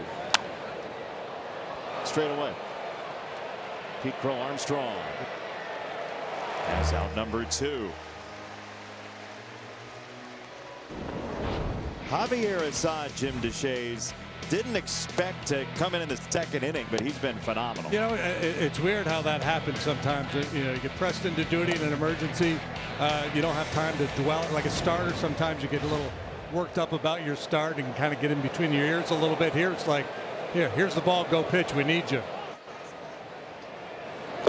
You know, you talk about getting into a flow state or being unconscious. You don't overthink it. You're playing out of your mind. You know, he's just been relaxed. It's been quick work. There's been no hard contact. I find it sometimes too with a position player. If there's a late scratch before the game, hey, you're in there, you're playing today. The guy ends up having a big day. Huge day for Assad. 11 in a row retired. Back at Wrigley, the Brewers and the Cardinals both won today. Here are the standings in the National League Central. The Brewers are in front of the Cardinals by 5. The Cubs trail by 7 for the moment. Think about the Brewers. They've made the postseason 7 of the last 8 years. They've won the division the last 3 years in a row. Very resourceful with limited resources. Now, as we move to the bottom of the 7th, Jody Davis, former Cub catcher, just led the crowd in the singing of "Take Me Out to the Ball Game," continuing a tradition begun, of course, by the late, great Harry Carey. Here's Ramirez to start it in the bottom of the 7th and taking a ball. A few days ago, Jason, young Chris Carey, one of the voices of the A's, was here when the A's paid a visit to Wrigley Field. The 4th generation of Careys. The first Harry Carey, then Skip Carey, such a stalwart for many years with the Atlanta Braves. Grounded to second, it'll be an easy out. Arise gobbles it up and throws to Devers. And then Chip Carey was with the Cubs, the Braves, and now doing an outstanding job with the Cardinals. And now the 4th generation, Harry Carey's great-grandson, Chris Carey, one of the announcers for the A's. But did you know this, Jason? All 4 of them have the same given name, Harry Christopher Carey. But since there could be only one Harry Carey, his son decided to be Skip, his grandson decided to be Chip, and his great-grandson decided to use an abbreviation of the middle name. He's Chris. It is a legacy that will endure forever of announcers Carey, and also Stephen Carey, Chris's brother, has joined in with the St. Louis Cardinals as well. He does a phenomenal job as Caleb Killian has come in for San Francisco. But truly, one of the cornerstone traditions in Major League Baseball is singing the 7th inning stretch here that Harry started. Yeah, I've had an opportunity to do it a couple times. It's nerve-wracking, but fun at the same time. You got asked back, just like on Sunday Night Baseball. I kind of wish that Chris, and maybe you could start this. You have influence. Let's just start calling him Flip. Oh, you'd like we for got him Chip, we got Skip. Chips, go with Skip Flip. and Flip. Yeah. Flipadelphia. Here's a strike to Pete Crow Armstrong. We'll workshop that with him. 0-2 on PCA, who, you guys said it earlier, Craig Counsell said to us, he wants the smoke. He loves the smoke. We asked him before the game, Pete Crow Armstrong, what he was like in Little League, and he said probably loud, probably big moments followed him, you would imagine, as well. 1-1 tie for him here in the 0-2 is swung through. Killian in 6 pitches tears down the Cubs to the top of the order. Giants top of the card is next. Relief outing of Javier Assad's career. StatCast powered by Google Cloud, and here are the outs he's gotten. 9 with the sinker tonight. 9 outs with the sinker. You know what impresses me the most about that chart in general is all of those outs are in the strike zone. There's one thing to get chase and to get people to bite on stuff. He's being oppressive within the strike zone. So Hunter, how do you get him out of this almost trance state he's in? Well, I talked about it a little bit with Rizzo at the break. We were talking about taking a pitch, and you see Casey Schmidt right here is taking 2. You got to try to find a way to get deeper counts. I think Assad too knows that coming into this game he had to be aggressive. They needed length out of him. He understands where this team is at coming in the second inning, I believe it was. So for him to be filling up the strike zone like he has, and hitters will tell you how your stuff's doing, and for him to be getting all those outs in the strike zone like that is impressive.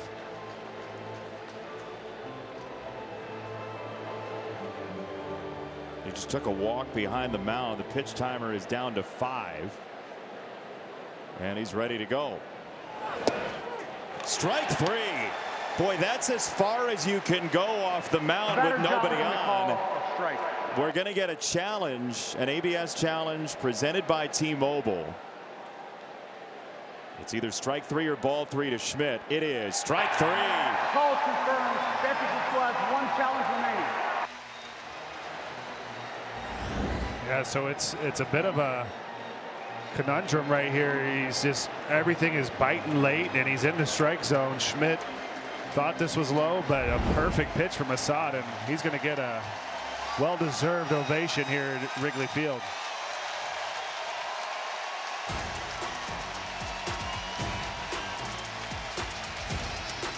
Javier Assad saves the day for the Cubs.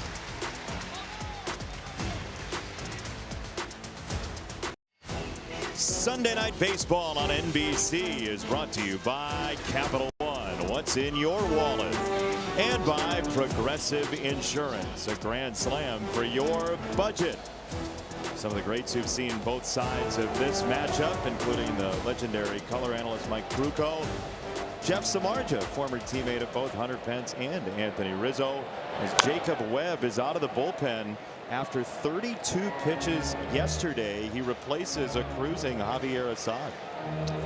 Yeah, you know, anytime you make that move to the bullpen, there's risk, right? But Craig Counsell really likes Webb against lefties because of his changeup. He's been on a heck of a roll. 2 innings yesterday, 32 pitches. As you look at the numbers, and they're most impressive, 2.28 ERA. There is that changeup, and Devers lost his bat and his balance at the same time. And he's given a weird grimace. I'm not sure if he heard something right there, maybe who knows what, but this is a look of something went wrong. He's had back problems in the past, so hopefully it's nothing too serious. He's a guy who played last season 163 games in the regular season every single day. It's only 162 season, but because of the trade, he ended up playing 163 games. He may just be classically trying to set up Webb right here for a pitch that he's looking for. Take his time. Yeah, this is just Hollywood acting. This is just a cruise. It's showman. Javi's a show, or I'm sorry, Rafi's a showman. 1-2. Swing and a miss. He got shown a fastball and then the door. And that's the hat trick for Devers here tonight, but that's what Webb does. He slows you down with that good changeup, and he's got enough juice on that fastball to flip it by you. Beautiful shot on that camera from home. You can barely see it, and hopefully Devers is okay, but I'm going to turn my manager cap on here for a second. With bringing in Webb, with Assad rolling like he was, really the damage there is Devers, and he's not swinging the bat well. So if Assad can get through Devers, and then you're not too worried about Arise taking you deep here. So I mean, this game goes into extras. This could be interesting, you know, as the Cubs bullpen is thin. So you're saying just playing the long game here, not that Webb is a bad choice, but you might run out of guys. You could, yeah. I mean, with the off day tomorrow, you could really go through everyone. So I always just see it's interesting when they pull a guy when he's rolling. 6 1/3 for Assad, 2/3 for Webb.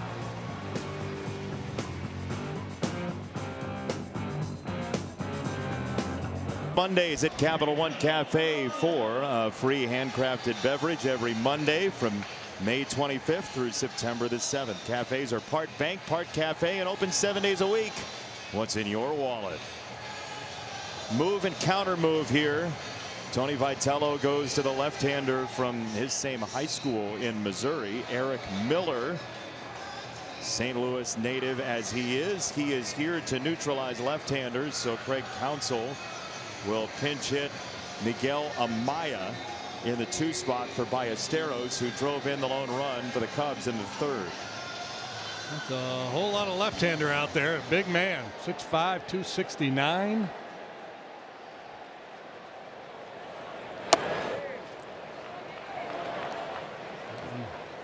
Registers 97 miles per hour.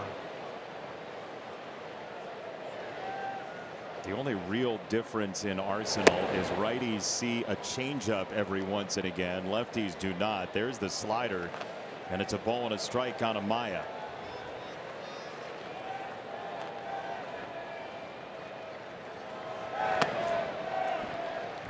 And this season for Eric Miller, the whole question is, because the stuff, as you mentioned, 97, he threw 199 yesterday. Like, he can get the velo up there, a lot of movement. Can he keep it in the strike zone? Command is usually the issue. Off 22 pitches yesterday, he's 3-1 on Amaya to lead off the 8th. 18 1/3 innings worked this year, and he's walked 14.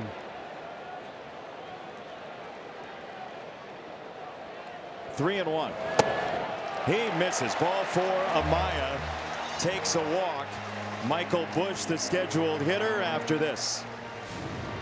Want to stay up to date? Just tell Siri, show me today's MLB scores.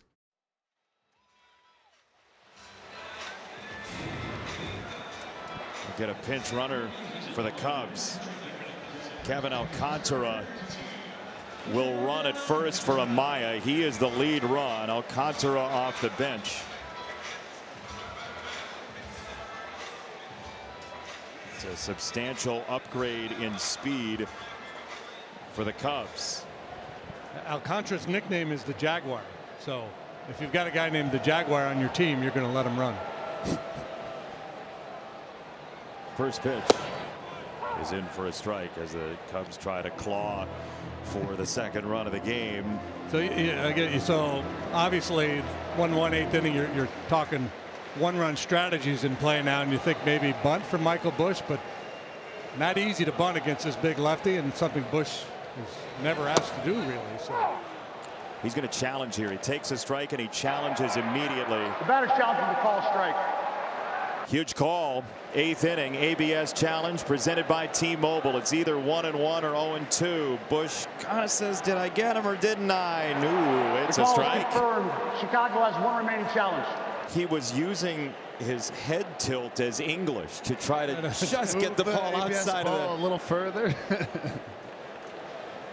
If I'm a pitcher and I see a guy challenge that pitch, I'm just going off that, and I'm just going to try to get him to expand here, right? A little slider away. Exactly right, Anthony. So then what? Just keep going. Honestly, that tells me that Bushy didn't really see that outside corner well. He'll probably throw another one here and see if he chases. The first. That's not well received by the crowd. And Jim, you mentioned the Jaguar, but for the season, no stolen bases yet. Just 1 caught stealing for Alcantara. Short lead at first. His last step was back toward first on the pitch by Miller, who missed again. It's 2-2. Yeah, I don't think they'll be running with Alcantara here. I think for Miller, and if I'm Busch too, I'm looking for something hard in now to try to jam you up, to set that up to go back outside. He missed way up. It's 3-2. Okay, now right at the edge of the cliff, Anthony. Bregman on deck. 3-2. What do you got? I think Bushy stayed disciplined there. Those are 3 really non-competitive sliders, honestly. But for me, I'm staying on the fastball. He's got 97. It's a lot coming at you, so you got to stay on it. See that slider hang. A second throw to first.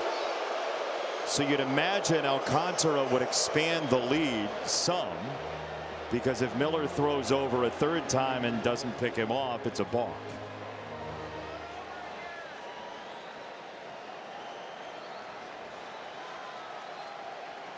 Three and two. There he goes. And it's a tapper first base side. Miller's got it. Has to shovel high. And it's over the head. Throw coming into third. Alcantara's in there.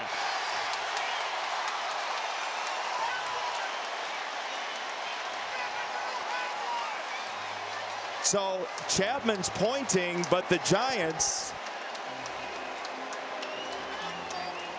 will take a look. His foot popped off the bag after the slide initially from the field view here. If Chapman kept that tag on.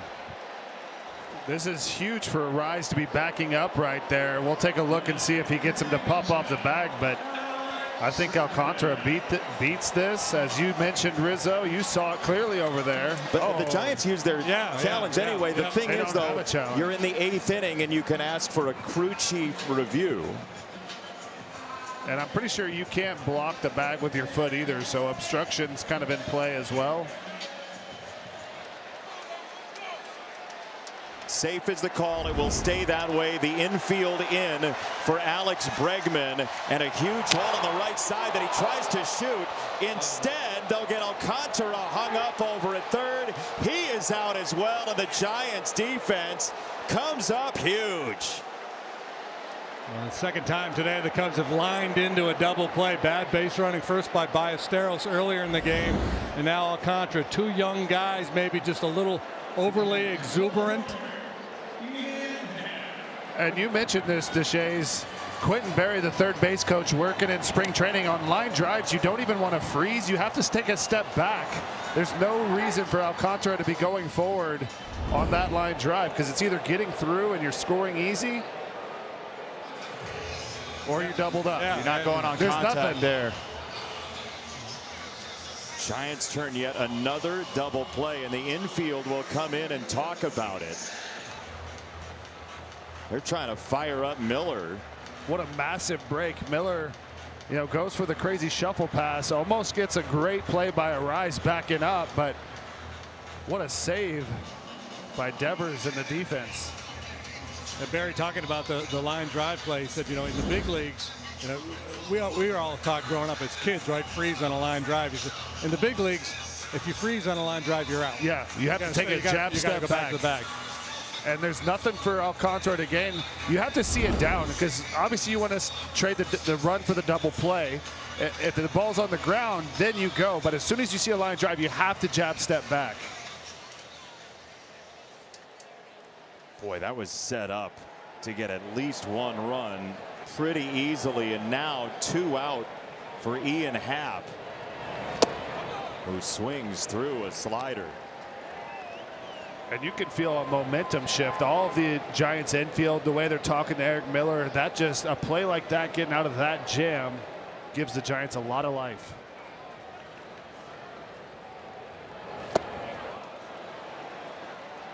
Yeah, this place has gone from a 10 to a 3. The energy left real quick, but it could turn real quick too with one swing from Happ. 36,317 here. They've gone pretty silent. 1 and 2 for Ian Happ. Yeah, I think he's going to try to get him out with the breaking ball. Threw a high fastball there just for show. From the right side, Ian's pretty good at getting on top of that high fastball. On 1-2, swinging and a miss. He toasted him with sliders, and Miller is amped. To the 9th we go in a 1-1 tie. Make your favorite players all-stars. Scan the QR code to cast your 2026 Konami eBaseball MLB All-Star Ballot daily, or visit MLB.com/vote. You got to do is scan that QR code as Daniel Palencia is out of the Cubs bullpen. The flame-throwing right-hander will face Willie Adames, and Carson Kelly's mitt rejected that first pitch. Up top with a 98-mile-an-hour heater there. He spent time on the IL, so only 16 appearances so far this year.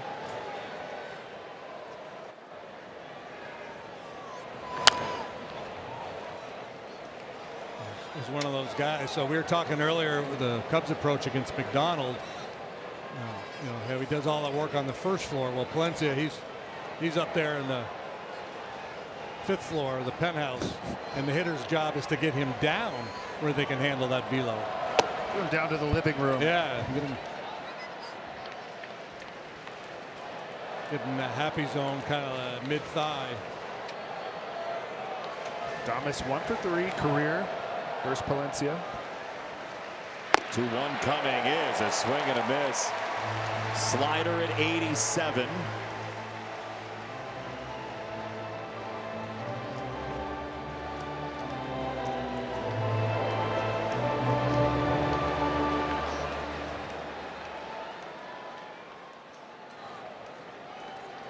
Two and two on Adames.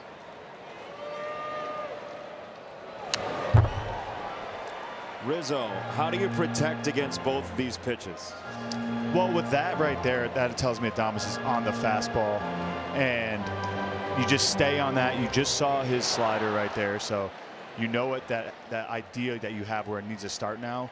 It was a pretty good slider that he threw him for Adames to hit. So if he throws that again, I would figure Adames puts that in play. It's a fastball high in the air, left field side, and out of play. It's the tricky part because he's throwing 99 and he throws that little spinner slider there. And for the pitcher, he thinks, oh, that's a good pitch for me. But I always say the reason it's so good is because he got the 99 in the tank. So sometimes guys like to go to the spin, but you just stay with the fastball. He has an elite fastball. He went to the slider, 3-2. Try to stay away from slug here, right? A 1-1 game in the 9th, and you know, I mentioned how good he is up, but maybe a good fastball down and away if you can execute it.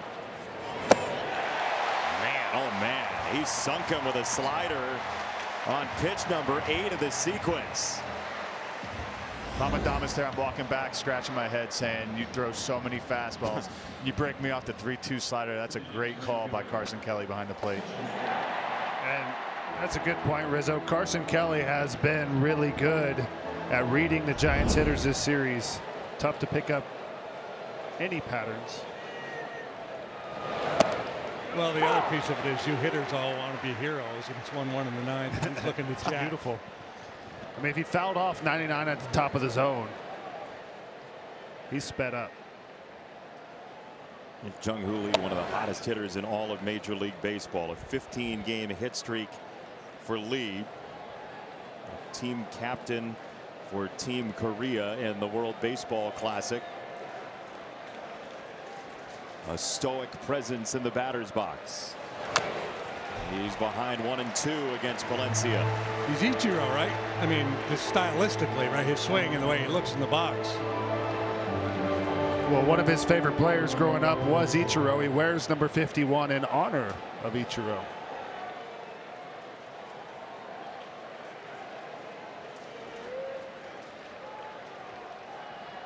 One-two. Upstairs, 2 balls, 2 strikes on Lee, who what feels like a couple of days ago drove in a run for the Giants in the first inning. There's Eldridge, the young power hitter on deck. It's a fly ball to center. It's Crow Armstrong, and it's out number 2. Lee is away. T-Mobile, America's best network, connects you to America's pastime. A total stalemate right now between the Cubs and Giants. It feels like one of those games where somebody missing second base and the crowd rushing on the field could come into play. Well, since Assad came in the game, the Giants haven't had a real threat. Cubs have had some innings where things could have gone a different way real quick.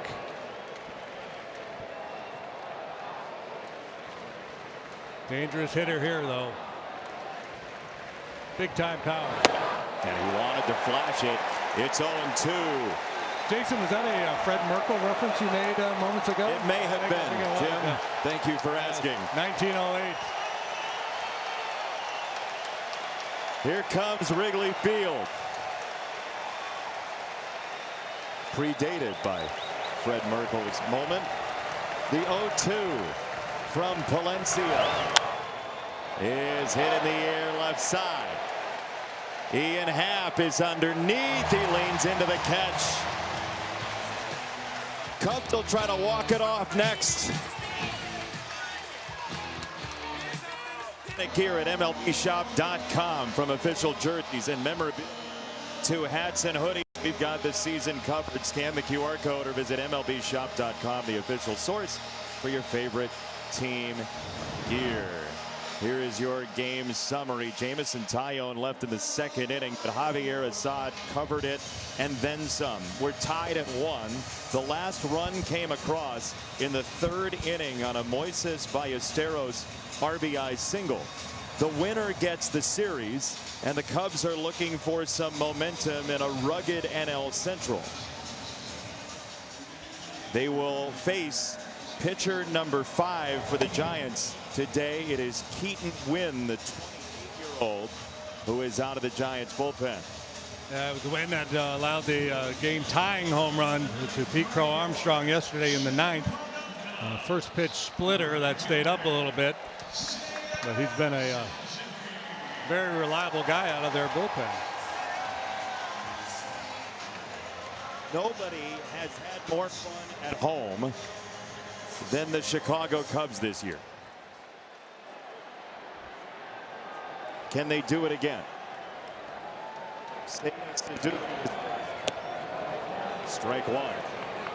Cubs have 20 wins at home this year. 8 of them have been walk-offs.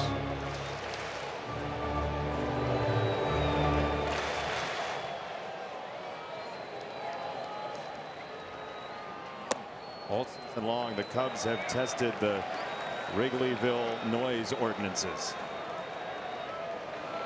Late game, late at night, tied at 1. Suzuki. It's a strike. Challenge. It's a good challenge. Challenge to call strike.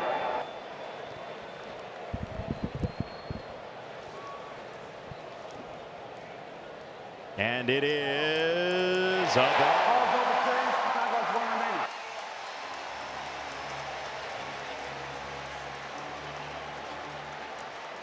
The importance of keeping your challenges for the 9th for the high leverage situations.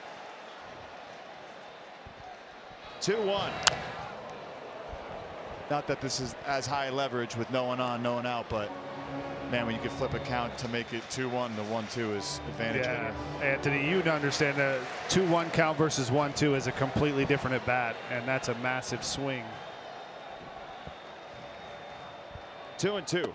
That's a swing and a miss. It is strike 3, and there's one away. And for Keaton Winn, this is the slider right here. He's mainly pitches off the splitter, a lot of four-seamers as well. And you're trying to balance both of those. You don't really expect the slider. It's kind of his third pitch, and Suzuki not able to hold up.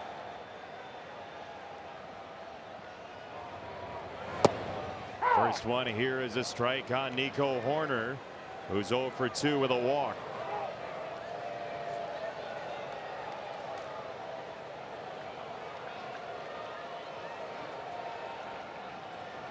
Who will be the hero tonight?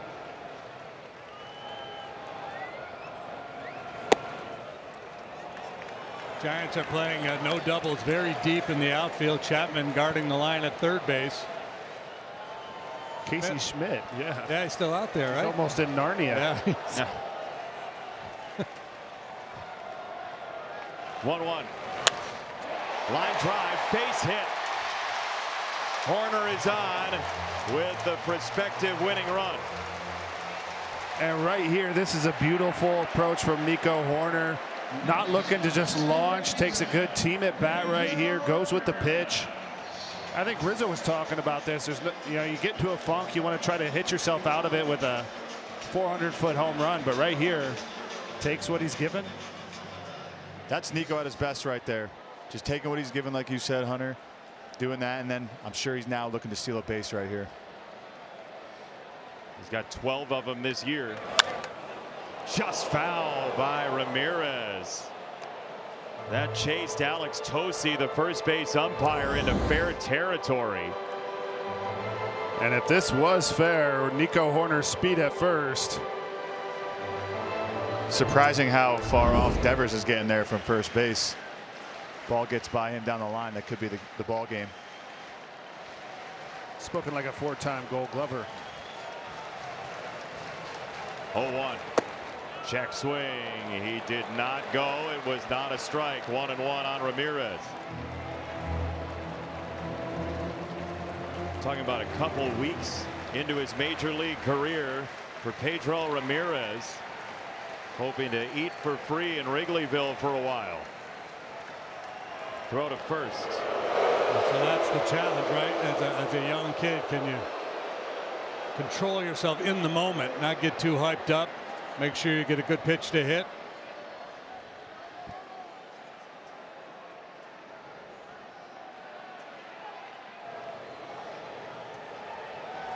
One. He takes ball 2.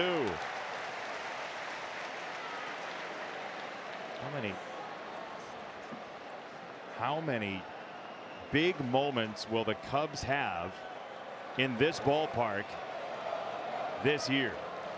2-1. 3 balls and a strike. Well, they have 2 wins on this homestand. They've both been walk-off, and I believe 5 of their last 6 home wins have been walk-off wins.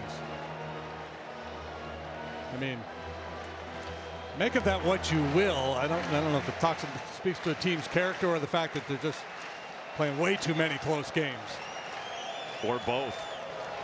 3-1 is outside and high, ball 4, 2 on, 1 out for the 9 spot. And looming just thereafter is Pete Crow Armstrong. It's Kelly first who could end the night here at Wrigley Field. But 2015, 96, 1930, and this year have seen the Cubs entertaining fans like no other team. Making hearts pound like none other. In San Francisco, we call that torture baseball. Yes. Carson Kelly's walk-up song is "Take Me Home Tonight" by Eddie Money. His goal is to do just that in one swing. Send everybody home tonight. He has one of the walk-off hits this year.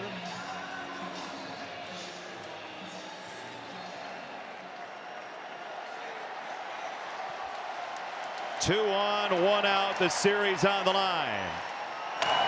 Kelly swings and bloops it, and it is caught.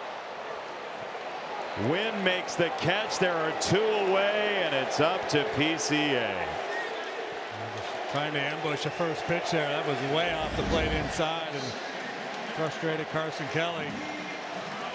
Such a veteran group there in the infield to call a timeout, go settle Wynn down, say, hey man, you got this, let him regroup.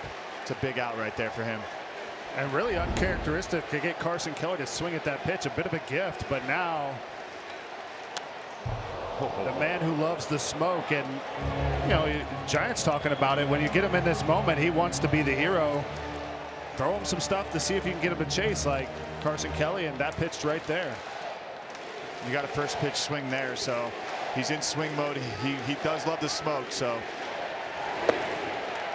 it's a great take by him, and that tells me as a hitter, okay, I'm seeing the ball well, and as a pitcher, you also need to know he's seeing the ball well there, because you know PCA likes to swing.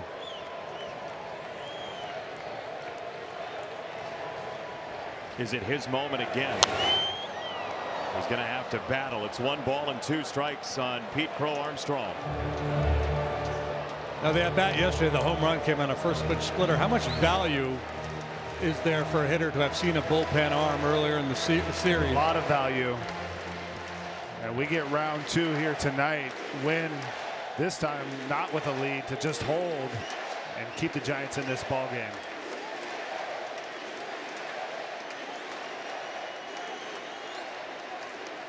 One and two from Wynn. Outside, 2-2. And the one split he threw him earlier in that bat was non-competitive. So when you know as a hitter, when you get them the day before, you could be in their head a little bit, and it's on the pitcher to execute those pitches. So he may throw another split here, but I think he'd stay hard. On the ground to first, Devers is around it. He races to the bag, and we're playing bonus baseball tonight at Wrigley. Still 1-1 to the 10th. At 1, and you have to go all the way back to the first inning to see the Giants offense. Jung-Hoo Lee's RBI single with 2 down in the first scored Rafael Devers. Then in the third, the Cubs pieced together 3 straight singles, the final of which off the bat of Moises Ballesteros.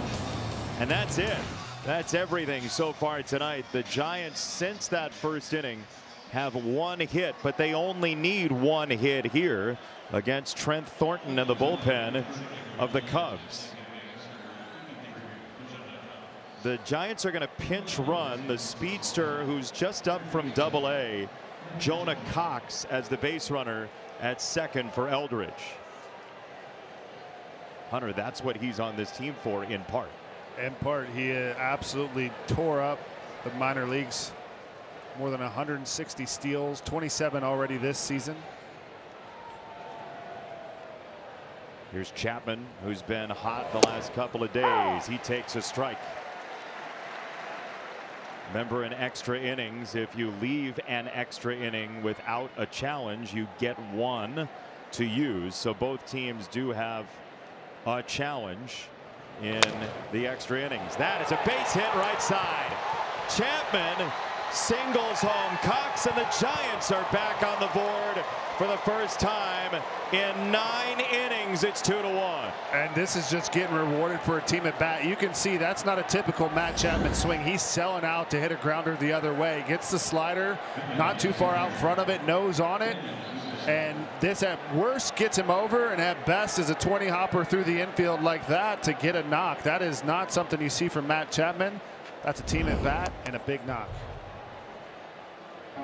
And now they will at least think about bunting with the 8-hitter Susac.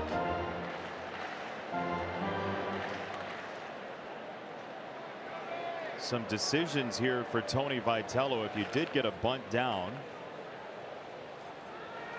that, you know, he's wrestled with in this series already, how much do you sacrifice defense for offense late in a game? He brings in Cox to run. That works out beautifully, and he'll be in the DH spot.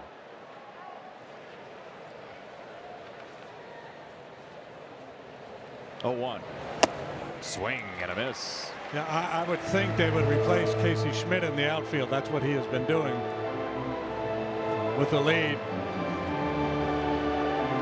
First things first, what goes down here with Susac and Thornton.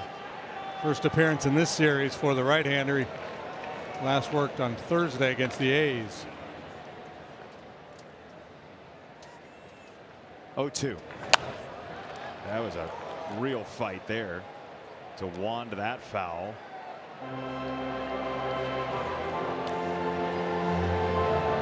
Something Susac does really well. 2 strikes, just lets it get deep. Fight off the fastball as deep as you can.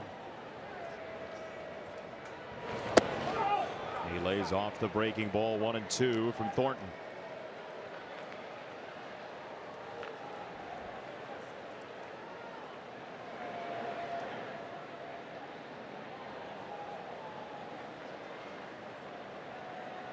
Chapman at first. High fly ball right center. Crow Armstrong waves for it. He's got it, 1 away. The Giants, by the way, play tomorrow at home against the Washington Nationals, who we saw earlier today on MLB Sunday leadoff on Peacock. That's an 8:45 Eastern, 9:45 Eastern time start in San Francisco. The grind of the baseball season. You gotta love it. They drew the short straw with this one. They'll be getting home at about 4 in the morning if they're lucky. Two very different flights tonight with whoever wins this game.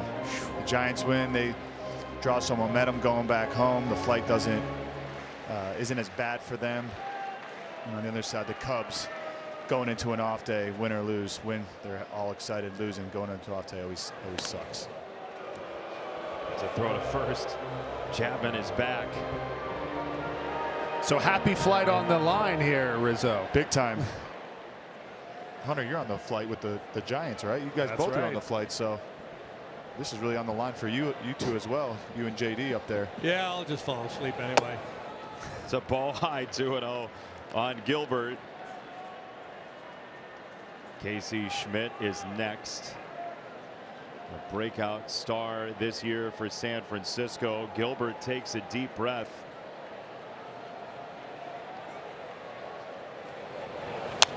That second run in the top of the 10th inning can really change the plans of the home team.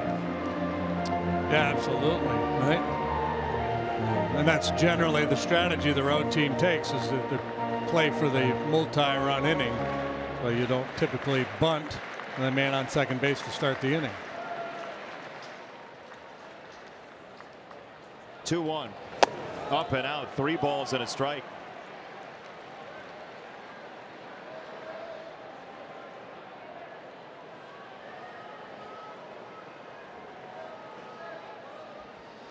For the Cubs too, if they can get out of this, they have Alcantara leading off, which you would imagine they'd bunt him over.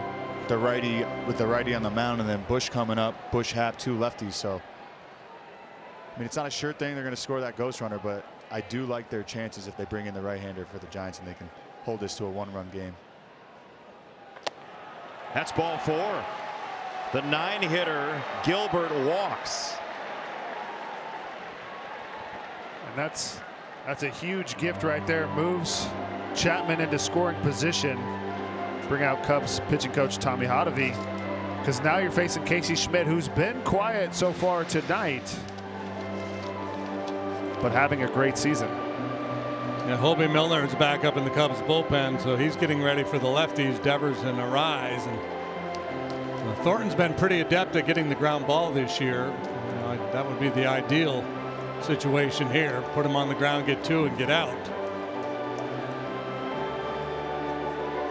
The Cubs did turn an important double play in the 4th against Susac with 2 on, nobody out. That was the last base runner to speak of for the Giants until the 10th. So now Schmidt, who does have the 2 home runs in this series, despite that 0 for 4 you're talking about tonight.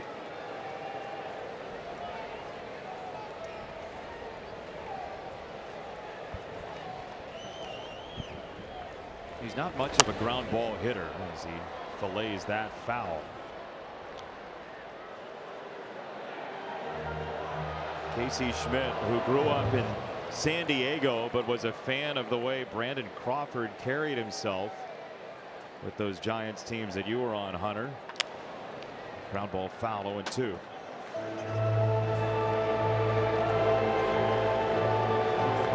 So you may have come into this confrontation thinking ground ball if you're Thornton, but now 0-2 you're thinking punch out.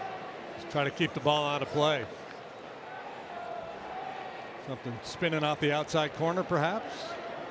On 0-2.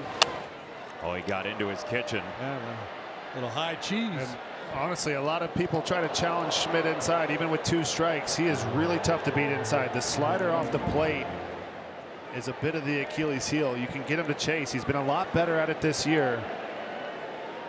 Just opened him up beautifully for it. Small piece of the sweeper. Yeah, it's frustrating for Thornton because he made his pitch right there. Yep.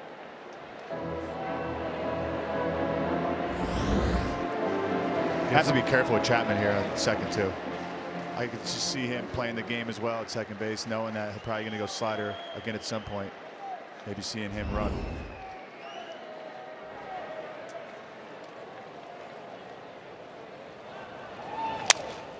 Up up the middle, right at second base.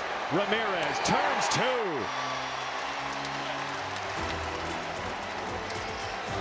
How will this thing end? Giants and Cubs at Wrigley.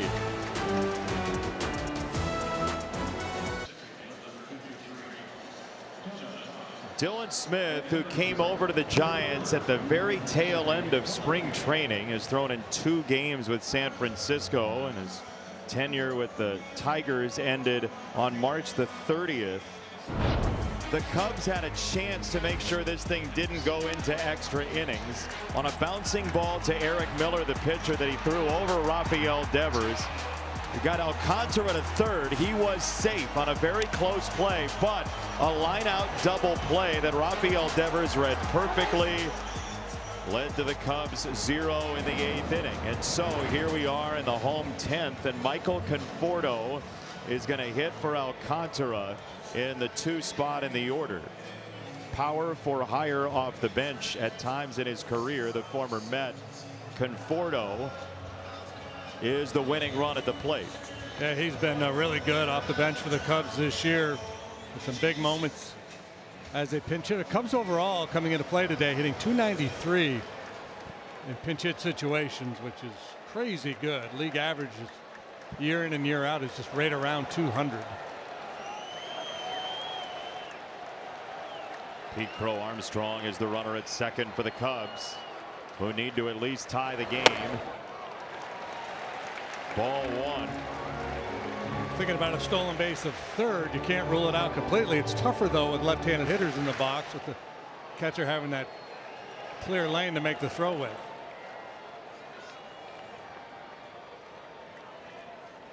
(1-0) in there for a strike. 1-1. You saw the defensive changes. The rookie Jonah Cox out there in center. Don't give the challenge here.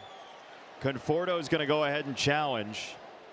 I think Susak argued that maybe the challenge came a little late. Yeah, I wondered. It is a ball. Yeah, you know, you're in this rhythm now watching the game where you look down after the challenge doesn't happen, expecting it to come within a couple seconds. Oh, that is pretty late. Yeah, see Susak, he said it's too late, and then he thought about it and then gave it to him. 2-0. Conforto yanks it foul. 2-1. You know, the whole idea of that is to make sure there's no chance to consult with a dugout on the challenge. That was very close. There's definitely enough time for the dugout to scream at him with how late that challenge was, but gets the benefit of the doubt. And we play on. Smith to Conforto, off the plate, away, and a challenge from Susak. What's good for the Goose? It's either 3-1 or 2-2. ABS challenge powered by T-Mobile. It's a strike. The revenge of Susak.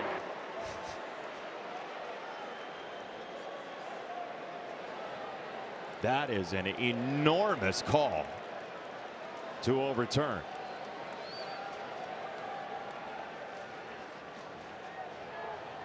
Time called by Conforto. So the it all evens out crowd wins again.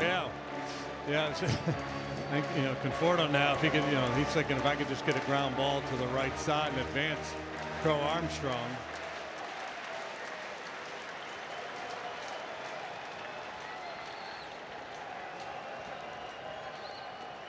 Two and two. Check swing, did he? He did. Strike 3.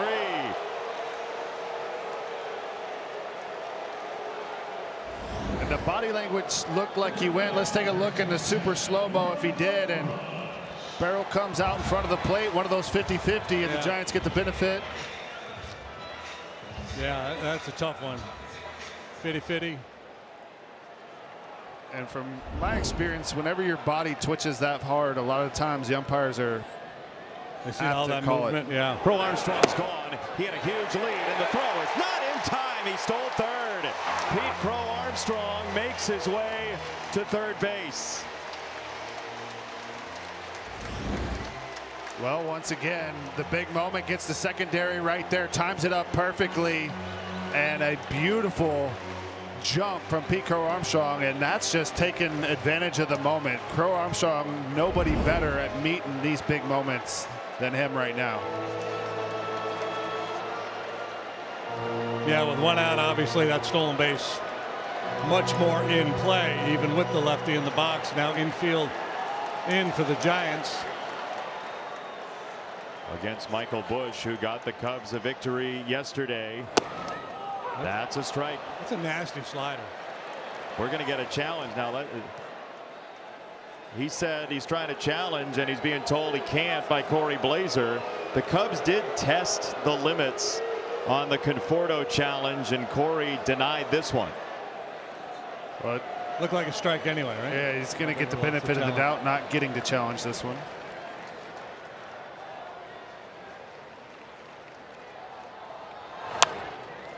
Hacked foul. Always fun in these extra inning games, right? The way the bullpens get used, you use your high leverage guys to protect leads late, your closers, and then once you get into extra innings, sometimes you end up handing the ball to a guy who's not normally in these high leverage situations. How does he respond? Smith on 1-2. It's a high pop up back of second base.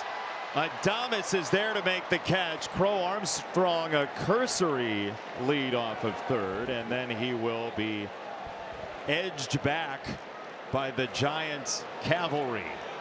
2 down in the 10th.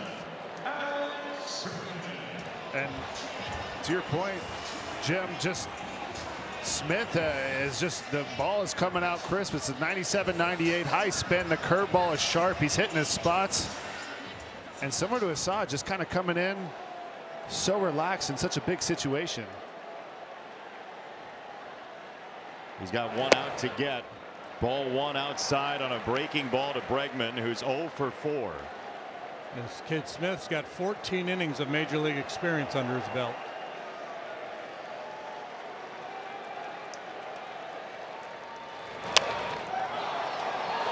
Pop up on the infield. Adames makes the catch, and the Giants score 1 in the 1st and 1 in the 10th and take the series on Sunday night at Wrigley Field. What a game, gentlemen.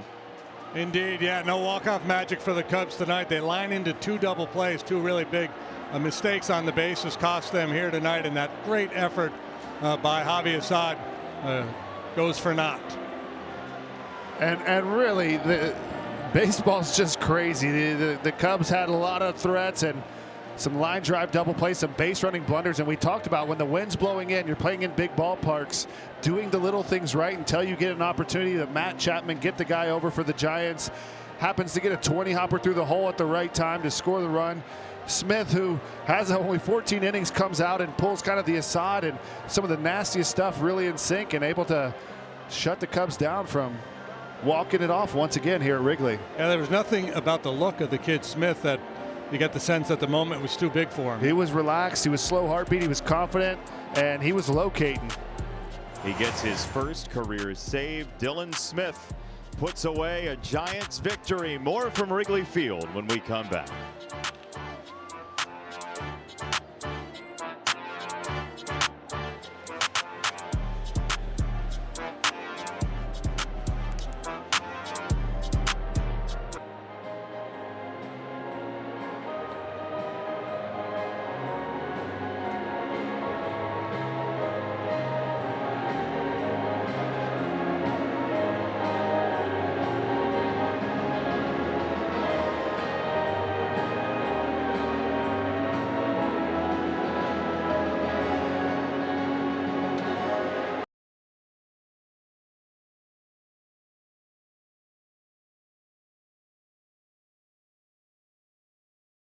A new season of America's Got Talent with new episodes every week. Then get on Island Time. A new season of Love Island USA is now streaming on Peacock.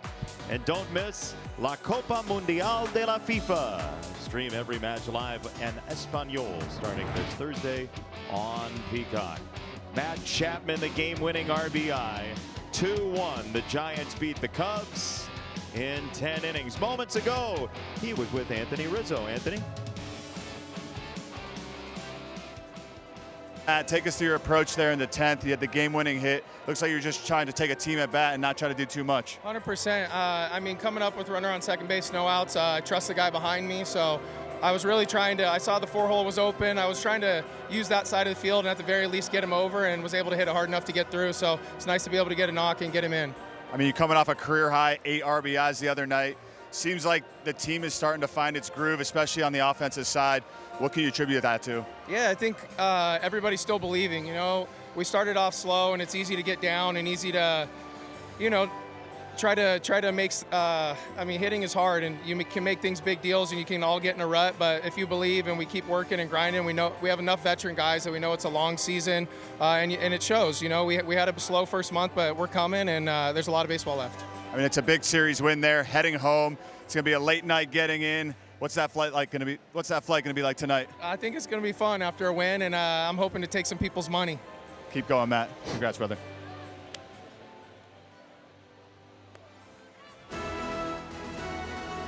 Matt Chapman, ladies and gentlemen, with Anthony Rizzo. See how the flight goes for him. 2-1 your final score. San Francisco is a winner. Next weekend, Sunday leadoffs on Peacock and NBCSN. The Marlins take on the Pirates at 12 Eastern. And then Sunday Night Baseball features the Texas Rangers visiting the Boston Red Sox. Coverage begins 7 p.m. Eastern Time. For our entire marvelous crew, for Hunter Pench, Jim DeShays, Anthony Rizzo, and Bob Costas, I'm Jason Benetti. You've been watching Sunday Night Baseball on NBC, presented by